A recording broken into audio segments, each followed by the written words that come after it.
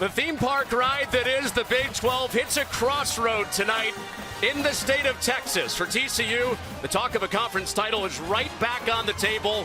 If they win tonight, as Sonny Dykes has preached all week, there's no panic after an opening Big 12 loss last week.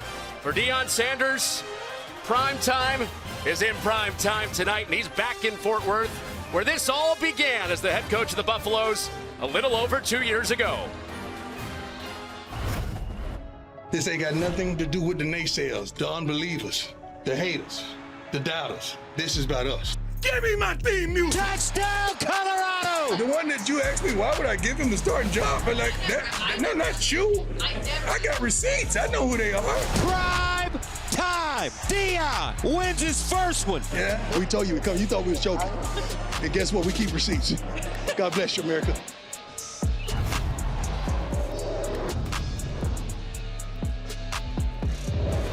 For the record, he still keeps those receipts. Deion Sanders leading Colorado in here tonight in a blackout crowd for TCU and the Colorado Buffaloes in a huge Big 12 game as we welcome you into Fort Worth. I'm Connor Onion in for Jason Benetti with Robert Griffin III, Alexa Landestoy in a moment. We got to start with the quarterback for Colorado. Obviously, it's different the last time they were here. Shedeur Sanders to the NFL. Kaidon Salter trying to figure it out in this Colorado offense. Yes, he is trying to figure it out. And he had his coming to Jesus moment a couple weeks ago, right before the Wyoming game, and he's been playing better ever since. And you know what that coming to Jesus moment was? He realized that to be a dual threat, I first have to be a single threat. This young man at Liberty was electrifying. He's one of two active FBS quarterbacks to have 60-plus passing touchdowns and 25 rushing touchdowns in his career. And when Deion brought him in, he said, I want that guy. Establish yourself as a runner first, and that opens up the passing game for this dynamic wide receiver core. The dual threat or single threat? We'll get into what that means as the night goes on with Kaidon Salter. For Josh Hoover, I know he's been on your Heisman list for part of this season, and he leads this TCU team out onto the field, back at home for the first time in the Big 12.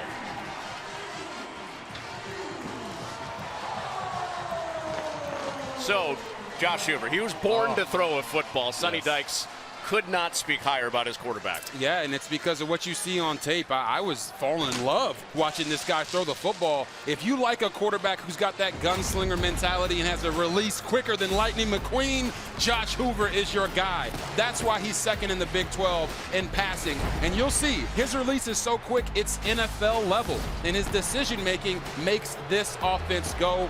If he has his full gambit of weapons out there today, this is going to be a really exciting offense to watch because of that man right there. Got to get him some racing stripes like Lightning. He's got two of his fast cars with him.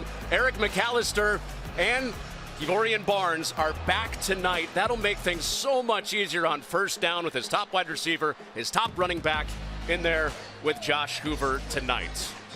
Tonight's game countdown is sponsored by Progressive. This was great theater the last time they played in Fort Worth 2 years ago. Can't wait to get it going next. It's the Buffaloes, it's the Horned Frogs on the other side. Fox College Football is sponsored by Ram Trucks. Nothing stops Ram.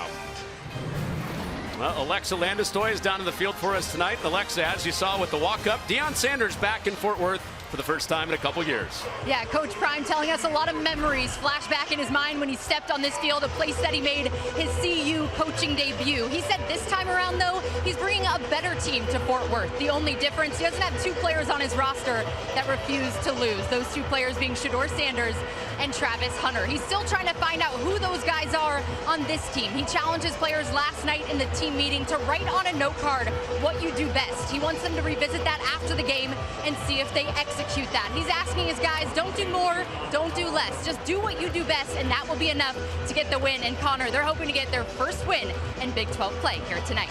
Well, Alexa, thank you. And you think about that, Robert, from Kaidon Salter's perspective, not having Shedeur Sanders now, what do you think he wrote on that note card last night? Yeah, I think he wrote, I'm a dynamic quarterback with my legs. And that's what he has to come out here and do today, because that's what gets them the easy matchups in the one-on-ones on the outside. And they've got receivers that can win. That has been the most frustrating thing for this offense so far this year, getting it all rolling at the same time. Well, they come into a cauldron, a packed house, a blackout theme, And a team that's in a bad mood, TCU, after they let one get away against Arizona State last week on the road in Tempe. This is what we call a get your bike back game for more than one reason. Last week and 2 years ago against these Colorado Buffaloes. Who's going to be Debo tonight? Off we go from Fort Worth. And it's through the back of the end zone for a touchback. And it will be Josh Hoover for the first time. One of the best passers in the country. Mentioned how he's been on your Heisman list, some others. He can play his way right back into that talk with a big game tonight. Yes, he can. And what he does best, in my opinion, is he doesn't worry about the negative plays. We talked to him about last week's interception at the end of the game and the fumble. He said to himself, you know what? I made a bad decision, but I'm not going to allow it to make me come out here and not be as aggressive at the beginning of this game. This is who I am. I got to cut down on the turnovers, but we're going to throw that football around. Not a reserved guy. Not at all. Just not in his nature. And he throws to open up this game and out to the flat. He hits Nate Palmer, who starts at running back. They do get Kevorian Barnes back, but it was a little bit challenging for TCU on offense last week. Everything felt hard. Yeah, it did feel hard, but you look at there in the middle, Colton Deary is their dog up front. And then at wide receiver, you see number 18, Ed Small, who will be starting in place of Eric McAllister, but expect to see McAllister a lot tonight. Well, they motioned out DJ Rogers, their tight end, and he's close to a first down. He's a yard short against this Colorado defense. Yes, and when you look at Colorado, the matchups on the edges, Arden Walker at defensive end going up against these TCU tackles is going to be a big matchup to watch as we got somebody down on the field right now. They may have just lost one of those guys as Colorado has DJ McKinney in the back end wanting to get their corners rolling. It's been a struggling secondary the last couple of weeks. And you mentioned the tackles. Yep. How they're a little bit vulnerable, a little bit banged up there. Ryan Hughes, their left tackle for TCU, is the injured player. This was already a position that the coaches at TCU felt like, hey, we're going to have to give these guys some help in this matchup. So when you lose your starting left tackle and now have to bring a backup into the game, it puts even more emphasis on those defensive ends. We're praying that Ryan Hughes is okay. Well, we sure are. We'll step out and check on Ryan Hughes when we get back. Fox College Football is sponsored by Progressive Insurance. Home and auto coverage you can count on. The opening drive of this game, and TCU saw their starting left tackle Ryan Hughes leave with the trainers. Yeah. And now you're going to see them come in with Quentin Harris, number 54, to replace him. And Sonny Dykes talked about the offensive line. They ran for only 10 yards last week and gave up 6 sacks. It was a group he challenged all week, and now they're shorthanded 2 snaps into the game. Yeah, like I said, it puts more of an emphasis on the matchups on the edge, but you're going to see a nice little weird special formation here from Kendall Browse. This formation's very simple in name, left and right, and they plunge ahead with relative ease for a first down on a third down. Not quite a tush push, right? But nice little QB sneak. Nobody's mad about that. Maybe Colorado fans for sure. We're going to call that one the Hoover Hurry? The Hoover Hurry, I love it. Hoover Herd? I don't know. We'll workshop that. Hoover gets it out quickly, as he's prone to do. Ed Small, who you highlighted off of those lineups with his first catch of the night. It's a first down. Yeah, and like you said, Ed Hall is going to have an opportunity here Small to make plays down the field, and that's what they love to do. Hey, fake it away to the running back, get a ball right out to your receivers, let them feel a part of the game early so that they're not going 2-3 series into this game without touching the rock. And Small has played a lot more the last week plus because of the McAllister injury. And the second touch for Rogers, the tight end, as Colorado rallies to get him past midfield. Kendall Briles, creative, one of the best pass play designers in all of college football. Yeah, his offenses always rank in the top 10 to 20 offenses in the country. It's because of how multiple they can be. Right there with tight end DJ Rogers, they snuck him out, had him pass protect, and then he becomes a check down. This offense has answers for the quarterback, and that's why quarterbacks love playing with Kendall Browse as their offensive coordinator. Him and Josh Hoover have been a great marriage. 2+ years starting for TCU. And another third down coming up as Nate Palmer goes for no gain. The offense for TCU, they were in a lot of 3rd and 10, 3rd and 11. And they started hot 17-0 before dropping it 27-24. And on this 3rd down, it flutters away out of the reach of Palmer. And here comes the first 4th down with McPherson getting pressure. Would not be shocked if they went for this. Right there, Josh Hoover needed to just put that ball more on Nate Palmer, the running back. I think he got a little distracted, wasn't sure if the linebacker was going to get picked on that clear and apparent pick play. Give your receiver an opportunity to make a play on the ball. Hey, here we go. 4th down decision, the first one of the night for TCU. And this play is blown dead. Timeout for Colorado. TCU is looking for McAllister, who was back from the hamstring injury. What Sonny Dykes has said, 4th down decisions are a quarterback decision. Yeah. This is how much they trust Josh Hoover. Exactly, and you hit the nail right on the head. If you trust your quarterback, you know he's going to make the right decision with the ball. Right there, it's 4th and 5. You know, they called that timeout because they had Eric McAllister one-on-one on the backside. I think Colorado definitely doesn't want to see that, but they might have actually helped TCU there because Josh Hoover's throw was a little high right there for McAllister coming out of that break. But whenever you see number 1 in the game, because he's going to probably be on limited snaps, understand that they're going to try to make the most out of those snaps and get him the football. So Colorado's probably going to try to roll coverage his way so that Hoover doesn't have his favorite target. Well, the tape from SMU, you know Colorado has seen that. Very, right? The whole country has seen it. Best receiving game in college football this year. Josh Doctson, the only guy in TCU history with more yards in a single game than McAllister 2 weeks ago. So now you got McAllister down here to the bottom of your screen. Hoover looks opposite of him, and it's broken up. Preston Hodge back in his home area.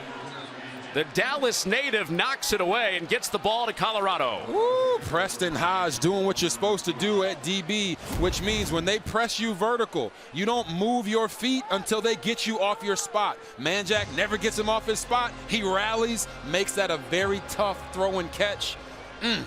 Preston Hodge is doing his thing. That's exactly what Coach Prime said he wants from his DBs. Guys that aren't afraid to get beat, but they're trying to make plays. Right there, Preston Hodge made it. He calls it the 5%, right?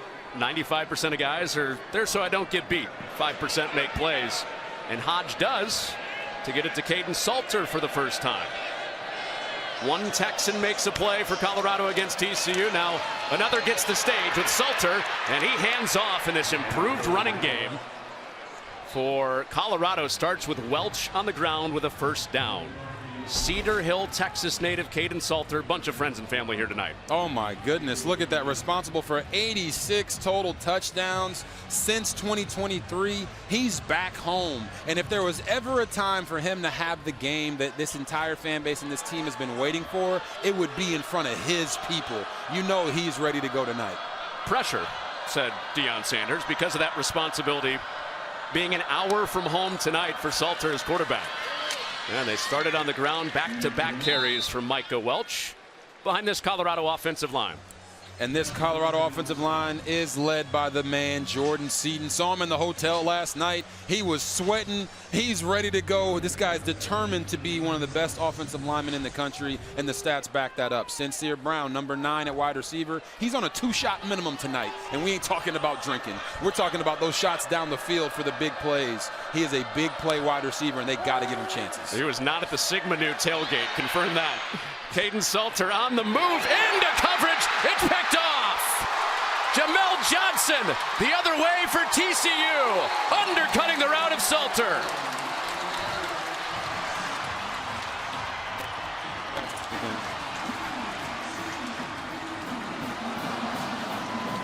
What a play right there by Jamel Johnson. Reading the quarterback's eyes, understanding what play needed to be made. And Caden Salter, don't throw to that man's zone. It's no fly.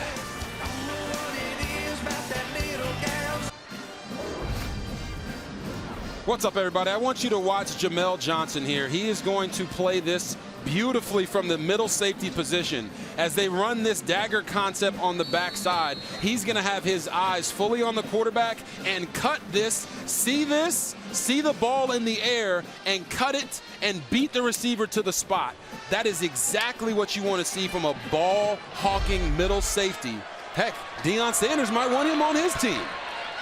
I mean, don't say that too loudly for TCU fans in the era of the transfer portal.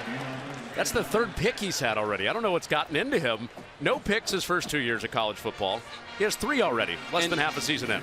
And Connor, he's absolutely been a problem outside the pocket for his own team right now. Only completing 24% of his passes outside the pocket. He has to see the field better. Oh, good run stuff for Keaton Wade on a big night for the edges for the Colorado defense. Keaton Wade, we talked about this. These guys on the outside have to take advantage of these matchups at the tackle positions. He gets inside, rips, gets to the back, gets him on the ground. That's the kind of TFLs and the impact they need from their edge rushers tonight in the run game and also in the pass. Robert, remember, no Ryan Hughes, who went out 2 plays in, the left tackle for TCU. Hoover steps up and delivers a dart to McAllister, who's on the board for the first time, coming back from his hamstring injury. Watch this from Josh Hoover. Look at his eyes. Just down the field, stepping up, doesn't feel any pressure. Boom. Puts it right on his face. We call that a face shot. They can't drop it if you hit him in the face. And after McAllister, it's Trent Battle. After the face shot, it's a ground shot. That's a good one, for 11 yards. I love it. And this is something that's been fascinating for me watching the tape of TCU. Their running backs, when they run outside the tackles, are averaging 4 more yards per carry than when they run inside the tackles. I know you'll say, hey, man, yeah, running outside's a lot easier to get done. But getting there and the process to which they get there, these backs love to bounce the ball. So the defensive ends for Colorado have to keep outside contained to keep them inside. Well, I wasn't going to call you Captain Obvious. Thanks for clarifying that. Manjack through tackles, still on his feet. He has the first down and more inside the red zone for Joseph Manjack for TCU. Woo, this is what we call a double screen play. You're going to see Manjack go here and whoop, whip back around underneath screen. The man that they say has no swag looked pretty swaggerific right there to me. Byard whiffed on the tackle, and Battle made a couple out of it. Alexa? How important the outside will be. Not good news for TCU. Left tackle Ryan Hughes, who we saw leave the game during the last drive, spent some time with the trainer, just went down the tunnel on crutches. He was not putting any pressure on that right leg, Connor. Oof. Yikes. Yeah, we praying for Ryan Hughes, and it does put this TCU offensive line in a little bit of a predicament because they were already struggling at those tackle spots. So we'll see if Quentin Harris and this crew can make up for his loss. We're back-to-back runs, and this one in Harris's area, and nothing doing. It's 3rd down coming up. Man, you talk about these linebackers from Colorado. They are filling these gaps fast. And the defensive line is owning the line of scrimmage, which I know is a concern for TCU because last week against Arizona State, you talked about the fact that they only had 10 rushing yards. A lot of that had to do with the sacks that they gave up as well, but they just were not owning the line and getting pushback. So Colorado made a point this week to say, we got to make them feel a little bit of deja vu from last week. But one exception to that was early drives in the red zone for TCU. Those were the times they could run the ball. They throw on 3rd down. Now Hoover will take off. He's got eyes for the first down. And he is very close. Looks like he has it. Just enough for the first down. 1st and goal, Horned Frogs. So we're back to our conversation about dual threat versus single threat. Right there, Josh Hoover said, I don't know what y'all talking about. I can run this pill too. Palmer was looked like he was tackled by his own guy. Curtis was out there trying to drag him forward. 2nd down. On the 1-yard line. Well, Hoover, a very good improvisational player, doesn't predetermine anything. And he knows Colorado has struggled to stop quarterback run. There should be some opportunities tonight. Yeah, there will be, and when we talk to him this week, he understands, like, hey, yeah, they struggle with that. It's not really a part of my game that I focus on, but I can do it, and he will when he has to. He gives, and Colorado with back-to-back stuffs on the goal line. The hand went to John Denman, and he was stonewalled. Keaton Wade and several others. Yeah, watch this whole middle of this defensive line versus the O-line, and watch how they snapping heads back. The running back has nowhere to go, and now we got another unique formation here from Kendall Browse and the TCU Horned Frogs. Unbalanced? Yes. 5 out to the right, and a fluttering ball into the end zone, and it's incomplete. Flag is down. Through the hands of Sean Myers, who had a great chance at a pick. And out near that 5-man spread out wide, there's a flag down.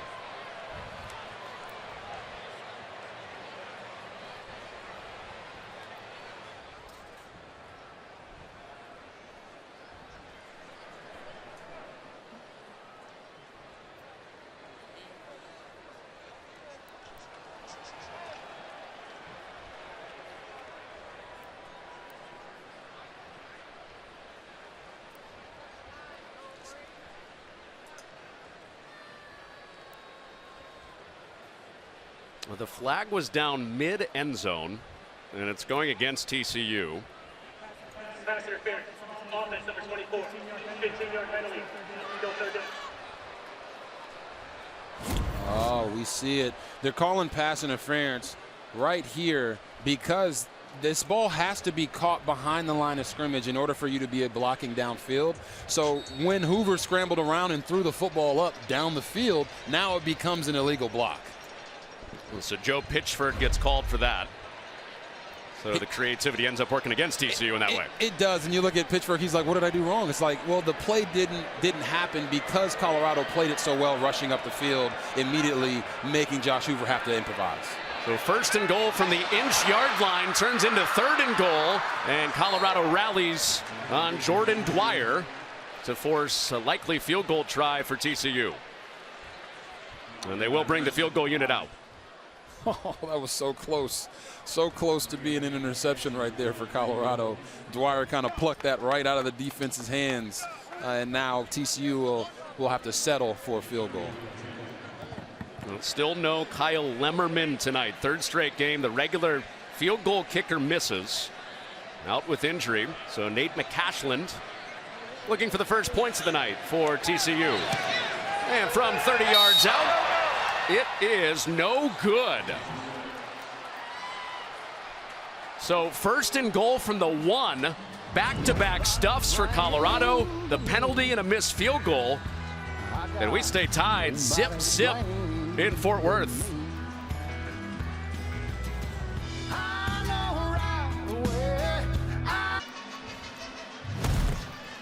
Three's Keys are part of our Keys to the Game, sponsored by Fairfield by Marriott, part of Marriott Bonvoy, a hotel brand for every kind of fan. Yes, so for TCU, they have to embrace the darkness, commit to the run game, reclaim the line of scrimmage. You got to get at least 100 yards tonight. For Colorado, break the hero. What does that mean? Get 3 sacks and 5 TFLs tonight to win the game with your matchups because you got to shut down Josh Hoover. And for both of these teams, it's about vengeance. Who wants to stay in the Big 12 race? Who wants it more? Both of these teams have to come out playing with the fire under their belly and limit the penalties and turnovers. I was bored in the darkness, molded by it. That was Bane, right? That was Bane. Tonight's theme? Oh, big hit. Obi Izor in the backfield of Colorado, all over Draylen Miller. Oh, my Lord. You're going to watch Obi Izor come from the side and lift him up, form tackle, throw him down. My God. That is a tackle if I've ever seen one. Boom. Good Lord have mercy. That was a forklift from Obi Izor. Coming off a game where he saw Elarms Orr take over at linebacker against Arizona State. And Andy Avalos, their defensive coordinator, feels tonight is Obi Izor's night. And it brings up a 2nd and 10, and Draylen Miller in that new role as a running back / wide receiver / quarterback makes it 3rd and short. Yeah, and you know, we're talking like, hey, he's a slash this, he's a slash that. But when we talked to the coaches this week, they said, you know what? he's a running back now. We have to find ways to get him touches. Whether you see him limping off the field there, you hope that he's okay. But it's wildcat quarterback, running back, slot receiver, whatever ways they can get him the football, they're going to do it. But as you see, now they're sitting here at 3rd and 2. I would like to see them continue to run the football. Well, they're without Miller on this 3rd and 2, and this refurbished run game is what they turn to on 3rd and short with Welch. And he is right at the mark that he needed. And he's got the first down. Well, Robert, it is a totally different story. One of the most pass-heavy offenses in all of college football last year. Almost perfect balance. Well, yeah, perfect balance by math this year at 50-50. Yeah, and that's not what they want to do. You know, Shadur Sanders and Travis Hunter and Jimmy Horn Jr., those guys, they were throwing the football all over the yard. This team is built to run the football. Offensive line is now a strength. The running back room is now a strength. And you have a quarterback who can also get it done with his legs. Well, part of that is bringing Yaya Atia across, and that ball came out. Who got on top of it? Tristan Johnson was right in the middle of that play. And it's 2nd down. Colorado got it back with the running back Welch hopping back on top of the fumble. Oh my, right there at the very end of the play, you're going to see a pull of the football. Knee is down. Looks like the knee might have been down before that ball came out. You see it right there. Regardless, Colorado did get the football back, but this is why you have to play all the way through the play, keep that ball high and tight, 2 hands on it, and not let the defense rip it out. So another close call for TCU. They were close to one of those early last week, and Colorado with new life, dropping it out to the perimeter with Dallin Hayden, their other running back, with a first down. Just a nice, easy, simple concept for the quarterback. Hey, we're going to run a guy to the flat. He's going to come out here. We're going to have 2 sit-down routes on the outside. Hey, if the linebacker doesn't go out with him, throw him the football, get down the field. These are easy ways to get your quarterback in rhythm. Simple reads, simple throws to get his confidence back after that interception. It was the Jamel Johnson interception that ended the first march down the field for Salter and the Colorado offense. And sticking with that run game, with Dallin Hayden back healthy. Only a couple of carries after he had a hand injury that kept him out the first 3 games.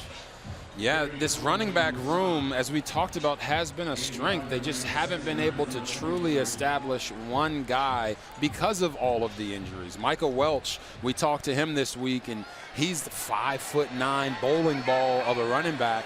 But all of these guys could contribute, and we asked him, what's the one word to describe this room? He said versatile.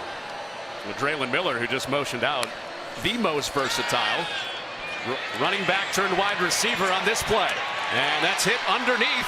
First down and more for Colorado. Terrell Timmons with a big gainer for the Buffaloes. This is what you call a dash concept. It's a predetermined roll. He's going to set, and then he's going to roll out of the formation. It's a low cross. You got an out route, and this low cross by Terrell Timmons Jr. You see the arm angle there looking like Patrick Mahomes. All the kids want to do it nowadays. Gets it around the defender and perfectly in stride. This concept, these dashes, these predetermined sprint outs is something that Kaidon Salter has excelled at despite his inability to be highly accurate on the run. He is extremely accurate on that pass concept. He likes that structure, doesn't he? He does.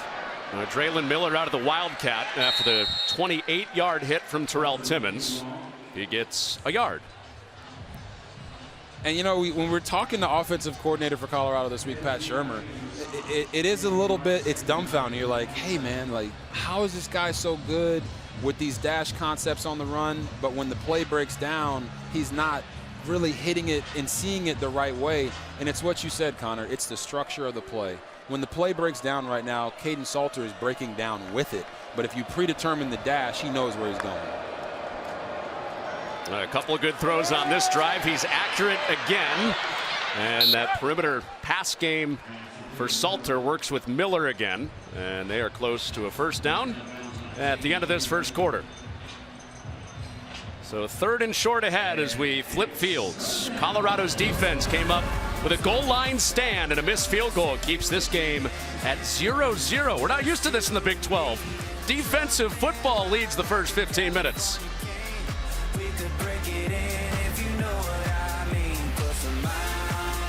Well, Well, Coach, you mentioned before this game how dynamic their quarterback is. Your defense coming up with some huge stops early. Let's start with them. What have you been pleased with most? We came to play today. I love the practices all week, the walkthroughs that we had even here.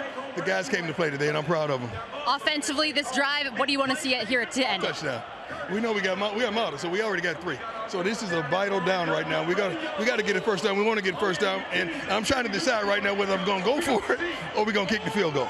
We want you to tell us, but I won't make you. I was loud again on the Colorado sideline. You like the hat? Hey, you are killing the game once again. Once again, I got to get you prime hats, girl. Coach Prime's the best. Thanks, Coach. Well, Alexa, he doesn't have that decision to make because he's got a first down to Zach Atkins.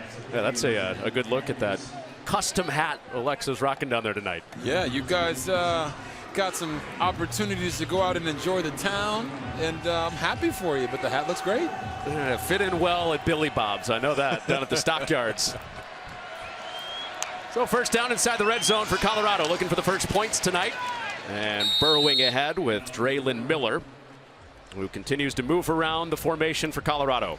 Yeah, and Draylon Miller, you're used to him being at wide receiver, and when you talk to Micah Welch, his running back compadre in that room, and we asked him, what advice did you give Draylon when he made the switch to full-time running back? And he said, when you run the football, be physical. And that is something that Draylon has not been afraid to do last week or this week, is be physical running that ball. They use him as a decoy and flip it out to the perimeter. And a third down and short ahead again to the other Miller, Omarion Miller, with Colorado threatening to score on a 3rd and 3. And we're seeing a lot of screen passes being thrown by both of these teams early in the game, trying to get their receivers involved, but they're not blocking them up properly, and that's why they're getting stuffed for 2 to 3 yards. 13th play of the drive. It's a 3rd and 3. It's a wide open touchdown. Omarion Miller has Colorado on the board. Oh, what a beautiful concept. Same play that they ran earlier in the game when they got the back directly into the flat. You get the flat route, you got the sit down right in the end zone by Omarion Miller, and he does the best thing here is he doesn't do this sit on the goal line.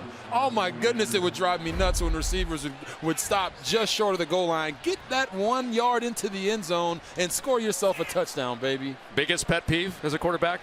That one right there? It wasn't the biggest, but it was nope. Care to share your biggest? I'll share my biggest pet peeve with you when we come back from the break, but I do have to give a shout out to Kaidon Salter on that drive right there. 6 for 6, 62 yards and a touchdown. We call that being surgical with it. Sure was. 3's peeves when you come back.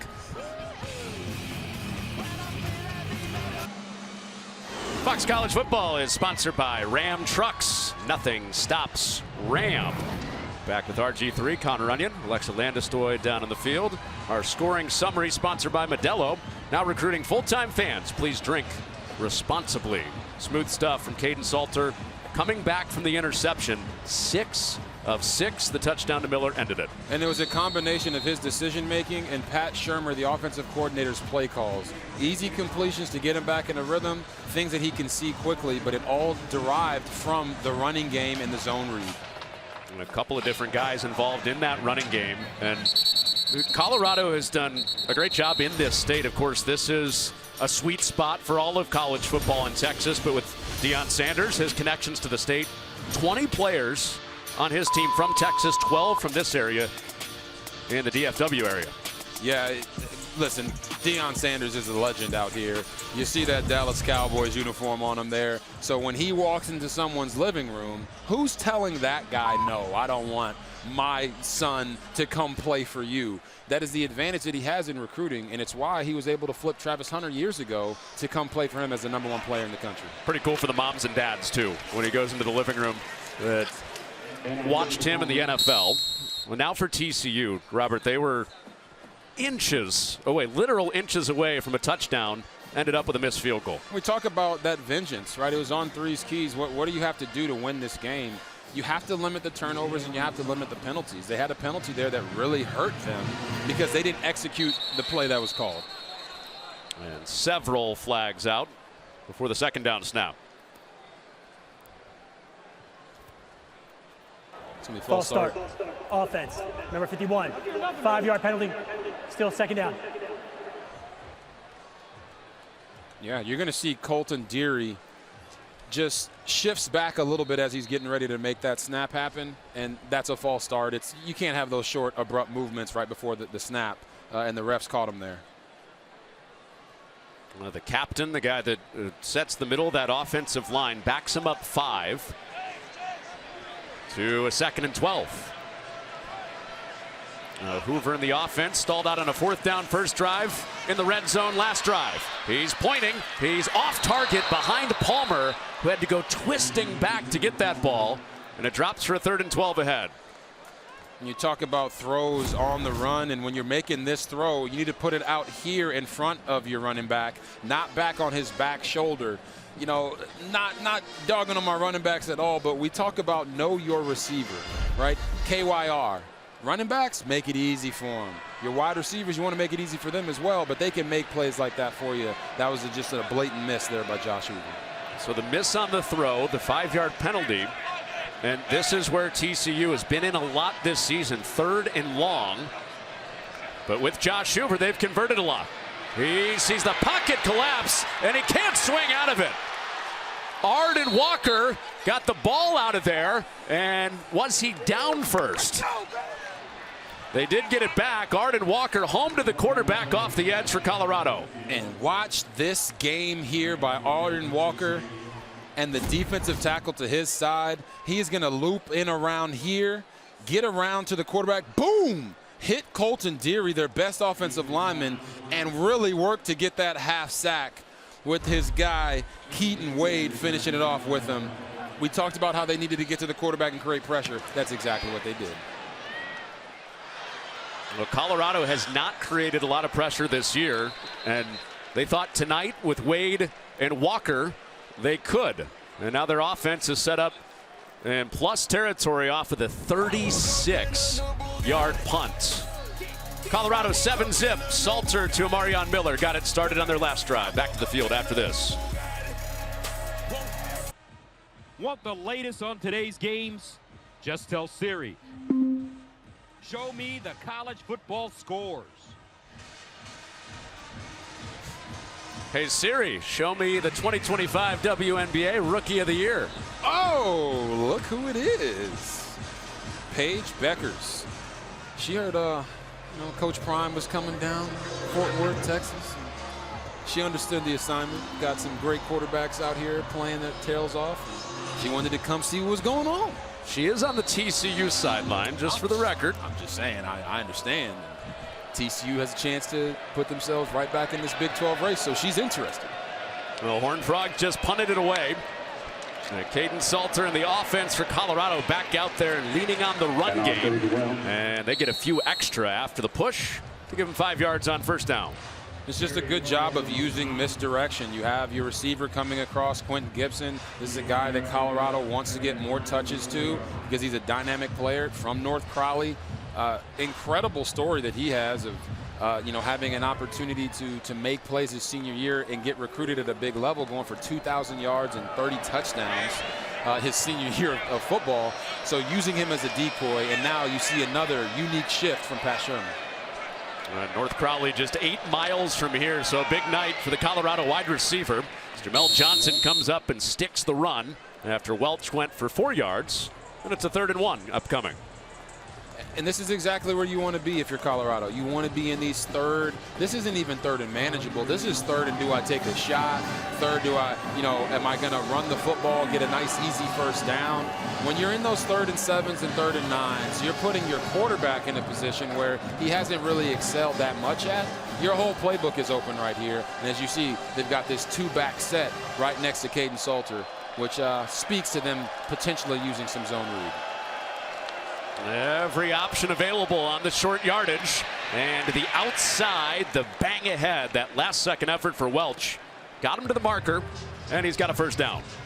And it's just inside zone. You got the entire offensive line coming this way with a lead blocker from the back out in front. And you're going to see Micah Welch. He's really good at always being the low man. And we always say the low man wins. When you're 5'9", you're almost always the low man. Good job of him getting his shoulders forward and getting that first down, giving Colorado a new set of downs. Especially if you're running off of Sincere Brown on the perimeter at 6'5". That might be selling him short. You stood by him on the elevator. First down after Welch's run. Salter running away from pressure, and Tristan Johnson in on another play with Ansel Denba out tonight. Johnson has a big role on that defensive line.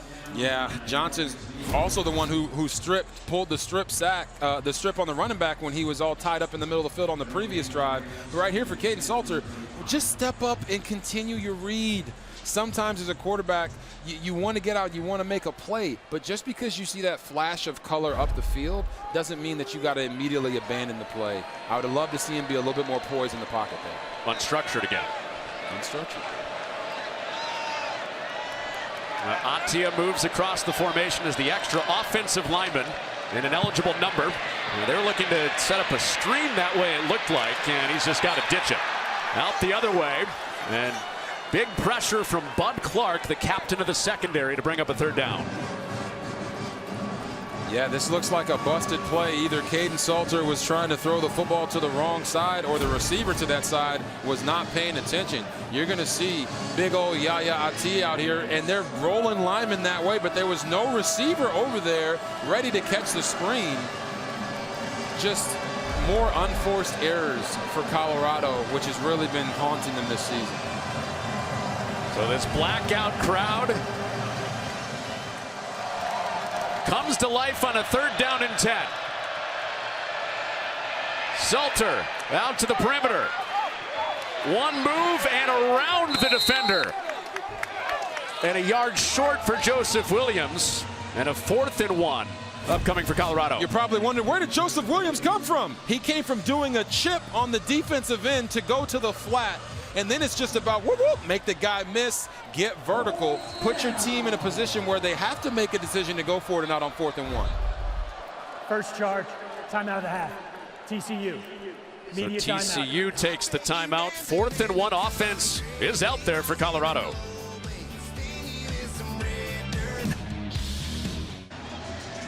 Tomorrow, a Fox NFL doubleheader starts with Dak and the Cowboys taking on the Jets or other regional action. Then in America's Game of the Week, Justin Herbert and the Chargers take on the Commanders or Lions-Bengals. Check local listings for the game in your area only on Fox.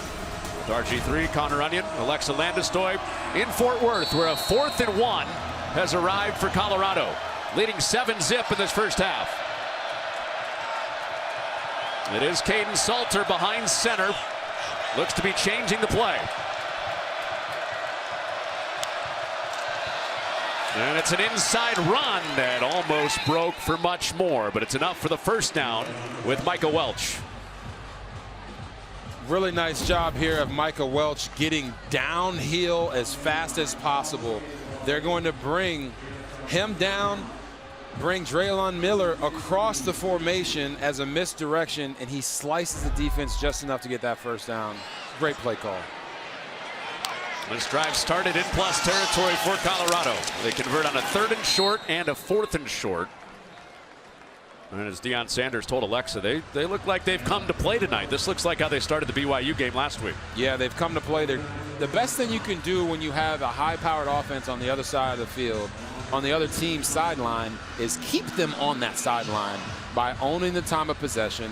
They're doing a nice job in the passing game. You see the balance that they have, 76 yards passing, 50 yards rushing, and it's just methodical. Eventually, you're going to see them start getting these one-on-one matchups on the outside and try to take advantage of that as well. They have Quentin Gibson in motion, and a fading Salter throws it into tight coverage. Knocked away by Max Carroll, who defended it beautifully at linebacker. Yeah, man. You talk about Max Carroll, and he's coming from this side over here. And I just want you guys to pay attention to Kaidon Salter when he drops in the pocket. Right there, he was about 15 yards deep. Unnecessarily. That makes it hard on your tackles when it comes to pass protection. There's no true pocket cushion for them to know how to cut the defense off. Kaidon Salter cannot keep doing that, but a nice job of the defense of getting that knockdown as he faded away, turning what should have been a 5 or 6 yard pass into a 20-yard throw. Play clock ran out on him. So timeout for Colorado, and we'll be watching the footwork of Salter on this 3rd and 9. And if he can stay inside that pocket that's been set for him tonight. That's right after this. Bucs College Football is sponsored by Pacific Life, building confident futures for nearly 160 years. Look at the horns on those things. Beautiful. Twice a day, real cowhands lead them down the East Exchange and the Stockyards here in Fort Worth. All right, big 3rd down ahead for Kaidon Salter in this blackout environment. They went down and scored the last time they touched it. And remember, we're keeping an eye on the footwork for Salter, who drifted to set up this 3rd down outside of his protection. On a 3rd and 9. Pressure picked up. Salter underneath, complete to Gibson. Flag is out. He twists ahead for the 1st down. Flags flying everywhere. 2 came in right around the catch at the 15-yard line. Yeah, that's going to be an illegal block down the field. This ball was completed past the line of scrimmage, and they were blocking before he caught it. Michael Welch was one of those guys.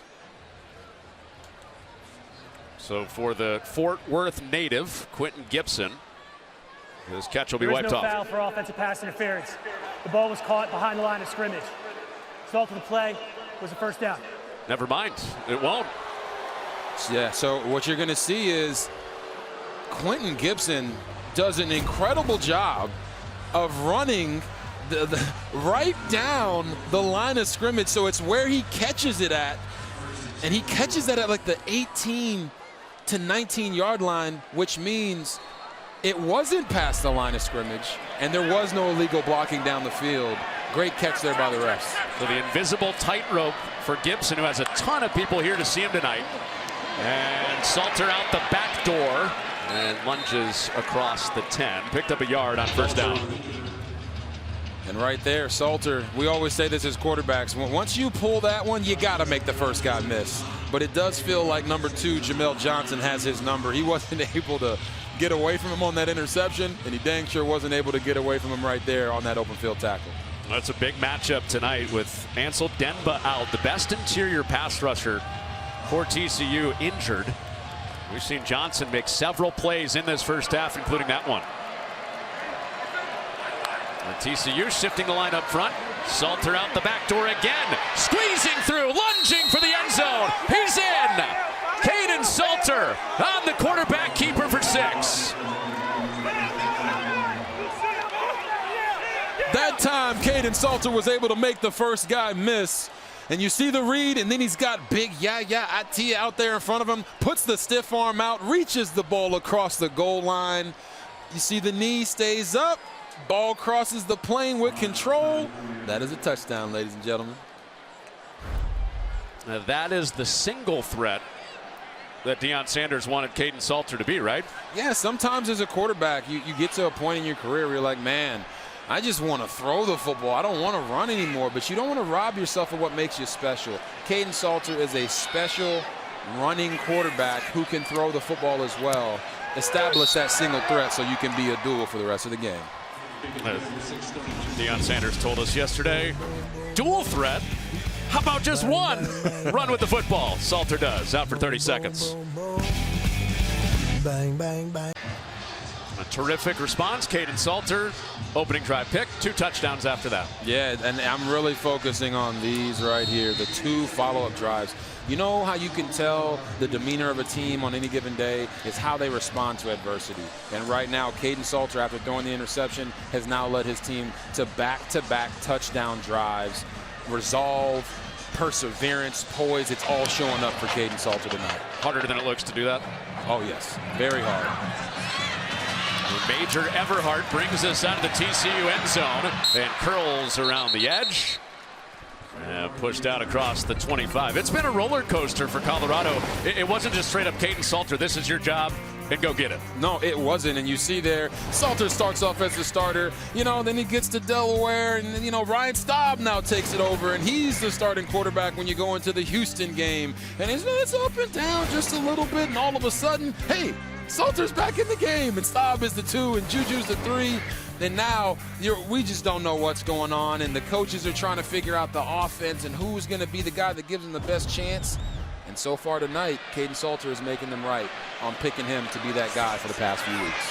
One touchdown through the air, one on the ground for Salter. Now what response will Josh Hoover has? Good start to the drive with Manjack.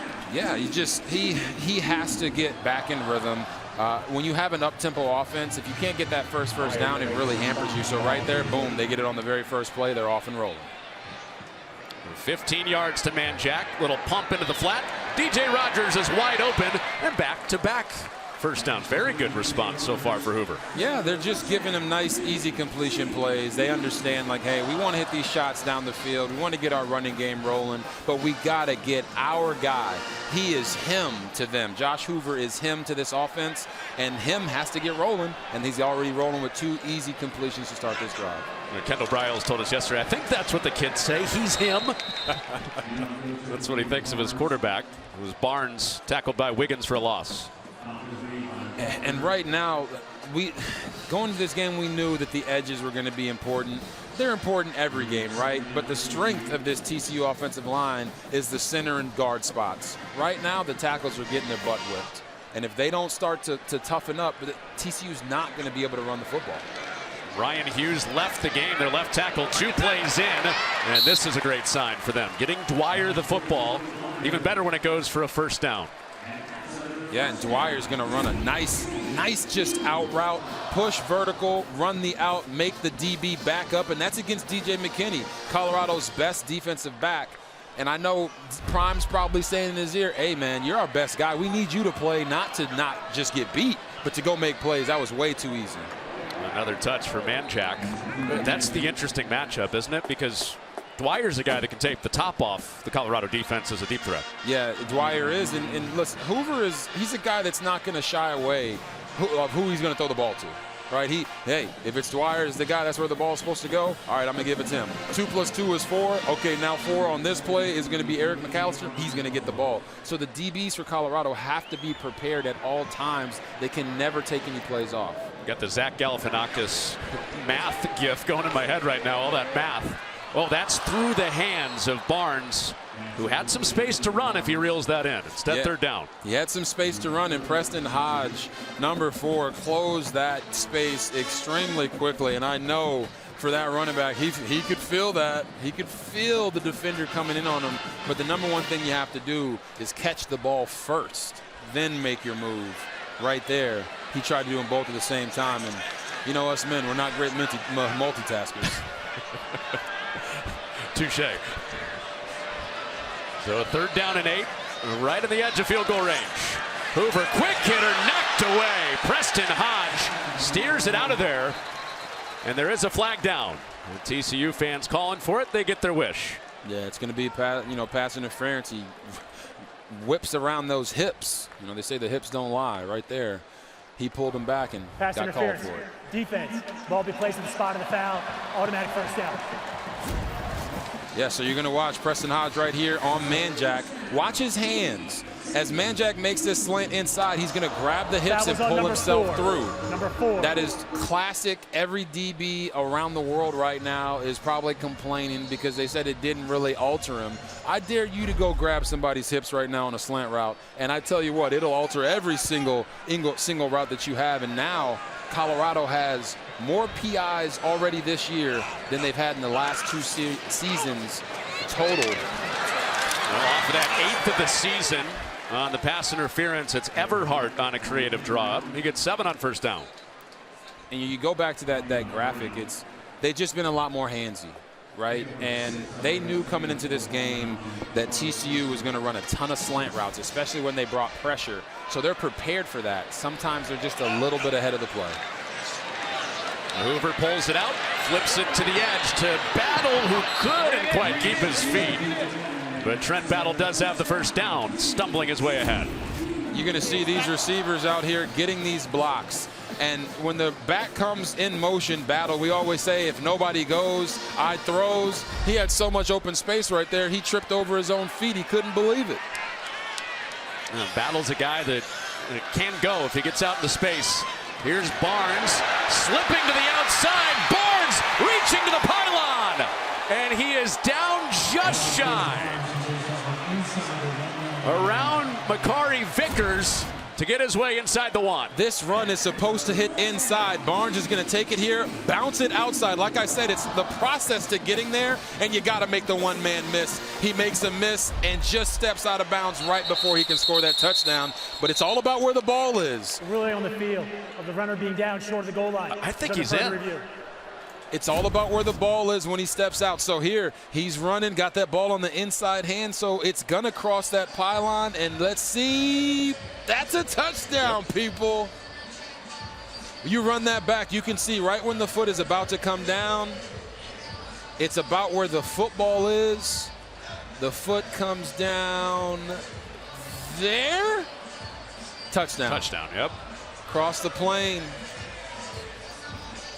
Irving, Texas is where the Big 12 Command Center is. They're taking a close look at this.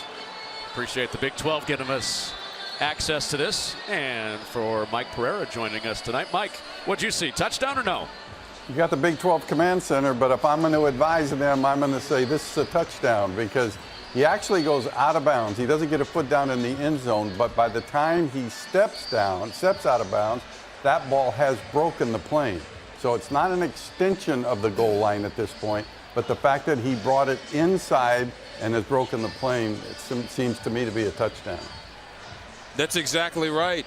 Mikey P, good to see you, brother. And we always tell running backs, keep that ball in the outside hand so you can stiff arm. But right here, him actually carrying it in his inside arm actually helped him score this touchdown there. So sometimes you got to overcome coaching, people. Sometimes you got to overcome it.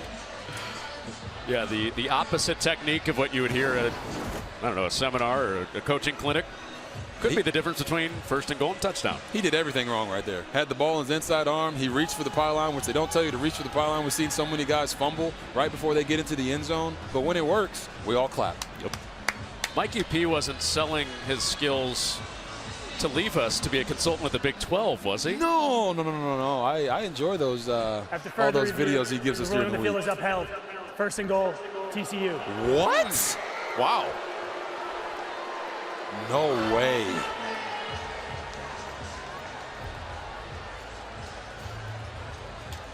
Okay, how could this have been not a touchdown, Mike? Well, I tell you what, I'm not sure, but I'm on my way to the Big 12 Command Center now. I am taking that job. Well played. I know we're laughing up here, but TCU fans are not laughing because that was a clear touchdown, and I believe the Command Center got it wrong. There was clear evidence to see that he crossed the plane. So all the big boys in there on first and goal, and it's Hoover. Definitely in this time. First score of the night for Josh Hoover and the TCU offense behind Chase Curtis at tight end. Ball don't lie, people. Ball don't lie. Right here, they send the motion out to distract the defense, and then Josh Hoover is going to take it, not go in the A gap, but get all the way outside to the C gap, get a little push forward. Hey, I think Jalen Hurts would have liked that one right there. They must be watching some of that Philly tape. Can Josh Hoover squat the house? I don't think he can squat as much as Jalen Hurts because I don't think any quarterback can squat as much as Jalen Hurts. When your squat begins with a 6, you're in a little different category. But Josh Hoover, after the Barnes play was ruled short, he gets the rushing touchdown and cuts that Colorado lead in half at 14-7 with less than 3 minutes to go in the first half from Fort Worth. We got a ball game in the Big 12. Well, first 3 drives for TCU included a play where they got close at first and goal. This time they cash in and score it. Yeah, they really, their best players showed up and started making plays. They got Josh Hoover in a little bit of a rhythm, allowed him to get some easy completions early in the drive as TCU and Colorado's defense was playing a lot softer. So Hoover going 5 for 6 for 52 yards right there. We saw the drive with Caden Salter before where he went 6 for 6 for 62 yards.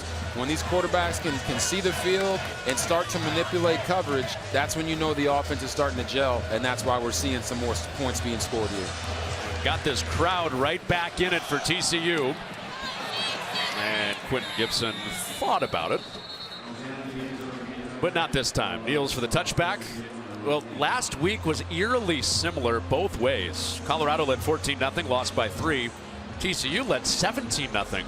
Lost by 3 in Tempe. Well, Connor, something's got to give, right? Both of these teams understand that they can't just start fast, but they have to finish strong as well. Neither of them really started fast in the first quarter, but when we talked to Coach Prime, he said his team has been really slow out of the gate in the first and really slow out of the gate in the third quarter. So they have the lead now, and the way to milk that lead is to continue to run the football. And they do to open up this drive, but TCU's ready for it with Zach Chapman. Did the ball come out at the end of that pile? TCU is pointing their way. The runner was down. Second down. And apparently not.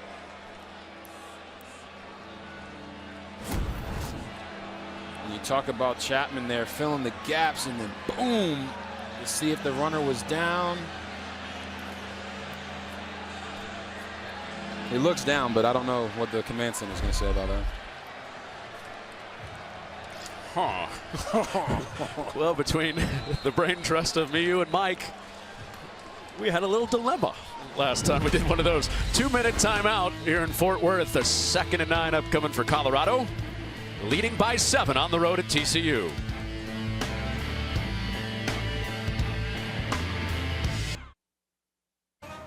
Coming up on the State Farm halftime, a monumental upset at the Rose Bowl. Things get even worse for Arch Manning in Texas. Plus, Miami and Florida State renew their historic rivalry in Tallahassee. RG3, hope you and the family are doing well, my brother. See you and Connor at the half. Appreciate you, Mike. If anybody didn't know, coming to this game, my family and myself got in a car accident here on I-35, and kids were in the car with us, but they're all fine, and we're all doing well. Glad to see you here. Glad to see your family as that ball is picked off. Bud Clark, the captain in the back end, plucks it away for TCU.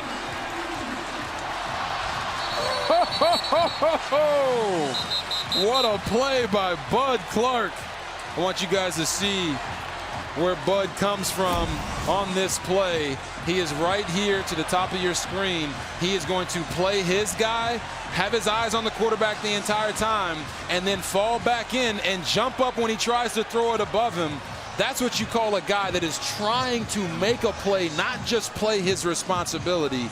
If you don't remember Bud Clark, he's the one that caught the pick 6 in the semifinals of the college football playoff off of J.J. McCarthy. Yes, he's still in college, and he is one of the best safeties in the country. The reflex on that. My goodness. Well, that'll be another one his 2-year-old son Kenzo probably doing play-by-play of as he gets a little bit older, just like on that McCarthy pick a few years ago. Clark with the takeaway. So both safeties for TCU with picks. Now Hoover in the offense for TCU. Back in operation with Dwyer. And he's out near the first down. And he is there for a first down. So inside 2 minutes, clock stops as they get the ball set. Hoover off of the play fake, taking a shot, looking end zone, drops it in! McAllister with the catch and the high five for the TCU fan.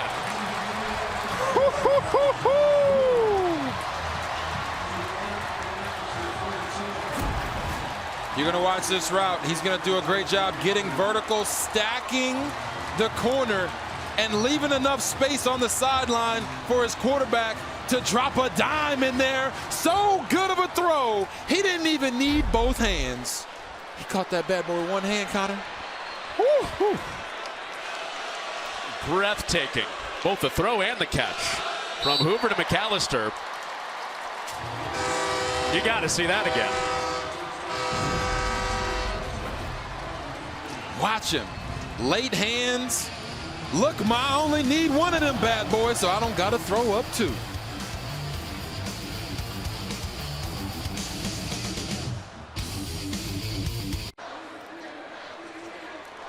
A 14 all in a 1 minute span. Our Pacific Life game summary will come after the kickoff.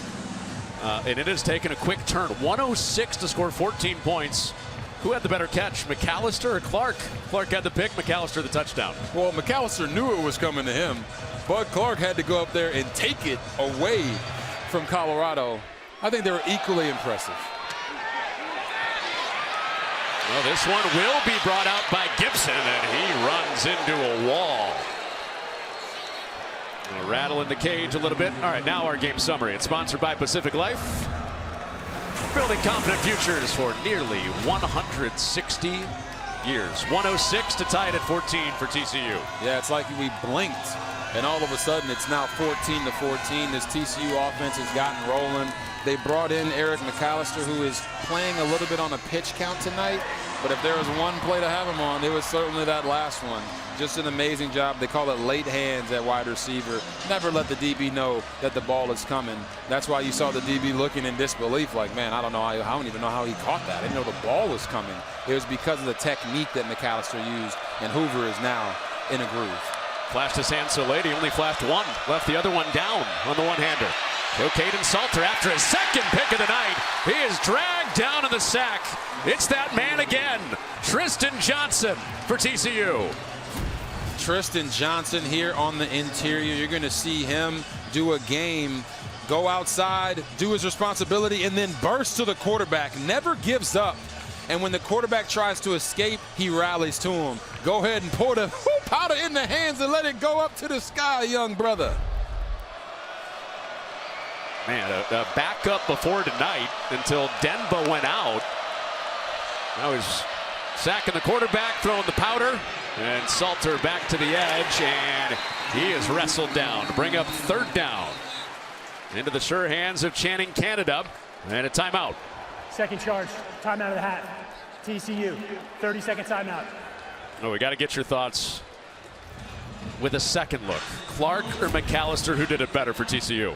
Yeah, you watch it right here. He tries to throw it over Clark's head. He rises up, climbs the ladder, and steals it. And then you're going to see McAllister here on this catch with the late hand. Boom. One hand right into the chest. I mean, look at them celebrating together. Hey, man, you catch it, I catch it. Anything you can do, I can do better. Catch, shoulder press. I'm sure they're happy to share the credit. So 14 all, just like that. We saw Caden Salter at the end of the game last week in 2 minute throw a pick. Today was about a potential redemption arc for him in these 2-minute spots. We talked about his completion percentage in 2-minute drill is 38%. If you're Pat Shurmur, you have to find a way to get him an easy completion right here. And I know it's third and long. Sometimes getting your quarterback in rhythm is the way to go. Oh my gosh. God! Run it, and it breaks with Hayden. Kept it on the ground on 3rd and 9, and now that changes the entire picture of this drive with 33 seconds left. Well, what'd they go to? They went to zone read because that's what they feel Caden Salter is the most comfortable with, and they popped it for a big gain. They got 25 on the Hayden run. Now he zips it to an open receiver. It's Miller, the touchdown catcher, inside the red zone with something to say to Clark. Oh, wow. This is a simple seam route by Omarion Miller. Safety stayed in the middle of the field. Caden Salter read it out perfectly and delivered a dime down the field. Wow, dime for dime answering Hoover, putting it on the hands of McAllister. 25-yard hit, 34-yard hit, and you blink again, here we go with the offense. Exactly. And you're going to see it's a seam route right down the side right here, and you're going to see the middle safety coming from all the way on the other side of the field. So Salter knows, I just got to put this away from the safety to make this play. Bud Clark there a little bit late getting there. Omarion Miller does a nice job adjusting to the football, trusting his quarterback, putting on that outside shoulder. Well, Robert, TCU was a play away from forcing a punt and maybe thinking about a lead before halftime. Now it's Colorado on the march. Salter right into the back of his offensive lineman, and he throws it away. The TCU fans want grounding. And I don't think they're going to get it. That was over the head of his guy. And again, this is just another situation where Caden Salter just a little too chaotic in the pocket. Yes, those ends are rushing up the field, but your offensive line has given you a nice little cushion. Take that small step up, keep your eyes down the field, and execute the play that's called. Don't run into the back of your offensive lineman, because if they create that shell around you, you have to make the most of it. Too big of moves in the pocket? Way too big. He's got a 3rd down and 10, flings it to the end zone, knocked away, but a flag out. Vernon Glover all over Miller, and the flag flies in that spot. Oh boy, they're going to call pass interference on Vernon Glover, but I don't know if I agree with that on this one. Pass interference. Defense number 26. Ball will be placed at the 2-yard line. Automatic first down. So you're going to see Vernon Miller right here. He's holding Omarion Miller. But what you're not seeing before that is that Omarion Miller puts his hands on Vernon. I've always been a feeler, my feeling has always been that once the receiver puts his hands on the DB should be allowed to hold their ground and put their hands back on the wideout. But that's not how the ref felt. He saw the hold around the shoulders, and he threw the flag. Standing up for the defensive guys. Hey, man. Hey, 1st and goal, 8 seconds to go. That's knocked up. That's picked off. Obiizor takes it away for TCU, and they stand at the goal line as the half expires. Jamel Johnson playing whack-a-mole at the goal line. This is the play that Colorado ran earlier and scored a touchdown on, and Jamel Johnson right here is going to sniff it out to the flat. They got a guy coming right in there on the sit. He's going to knock it down and say, not so fast. You're not going to do that one again. And Obiizor is Johnny on the spot and catches the pick. This is what you call taking what happened on a previous drive and applying it to this game. And right there, Jamel Johnson has been Kaidon Salter's worst enemy all night long. 3 picks in the half. What a final 2 minutes, 30 seconds of football we just saw. Into the half at 14-14. Mike Hill coming up with the State Farm halftime.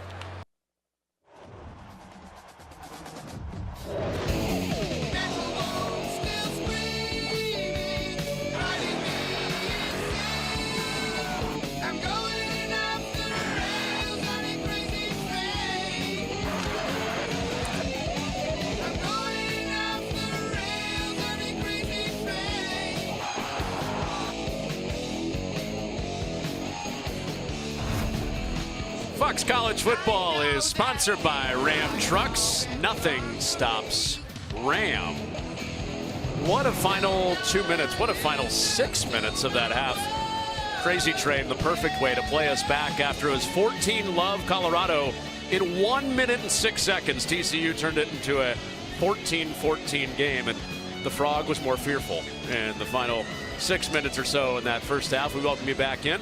Robert Griffin III, Connor Onion, Alexa Landestoy downstairs.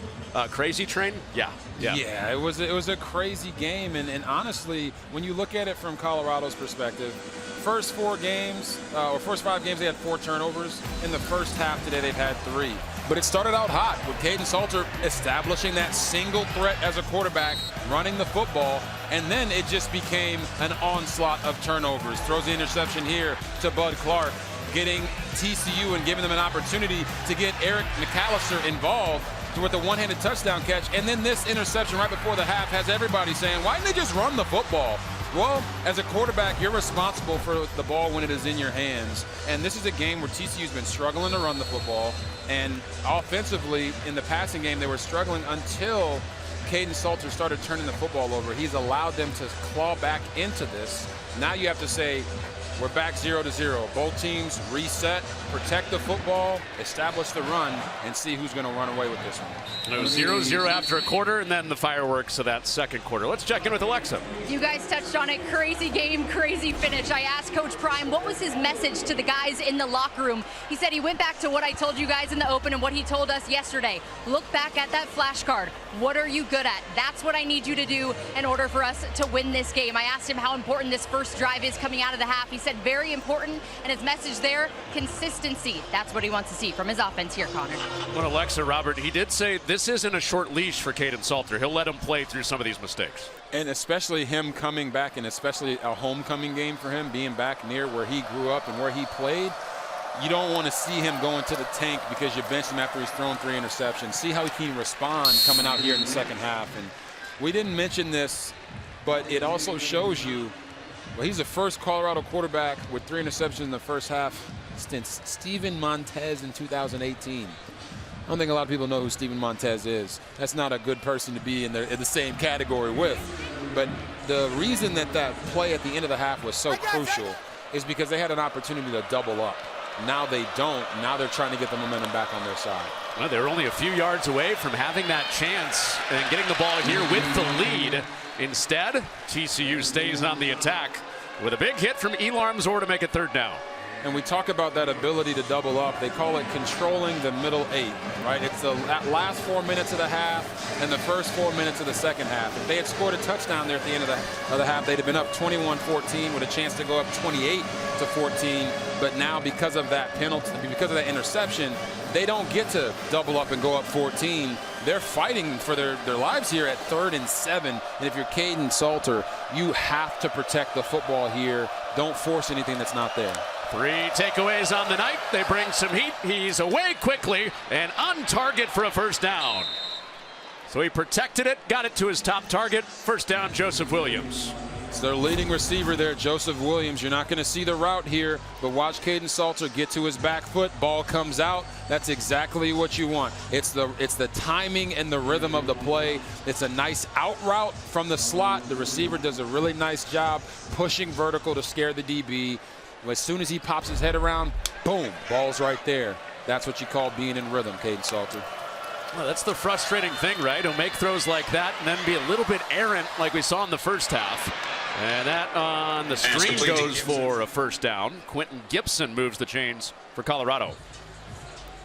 We got to start highlighting this guy.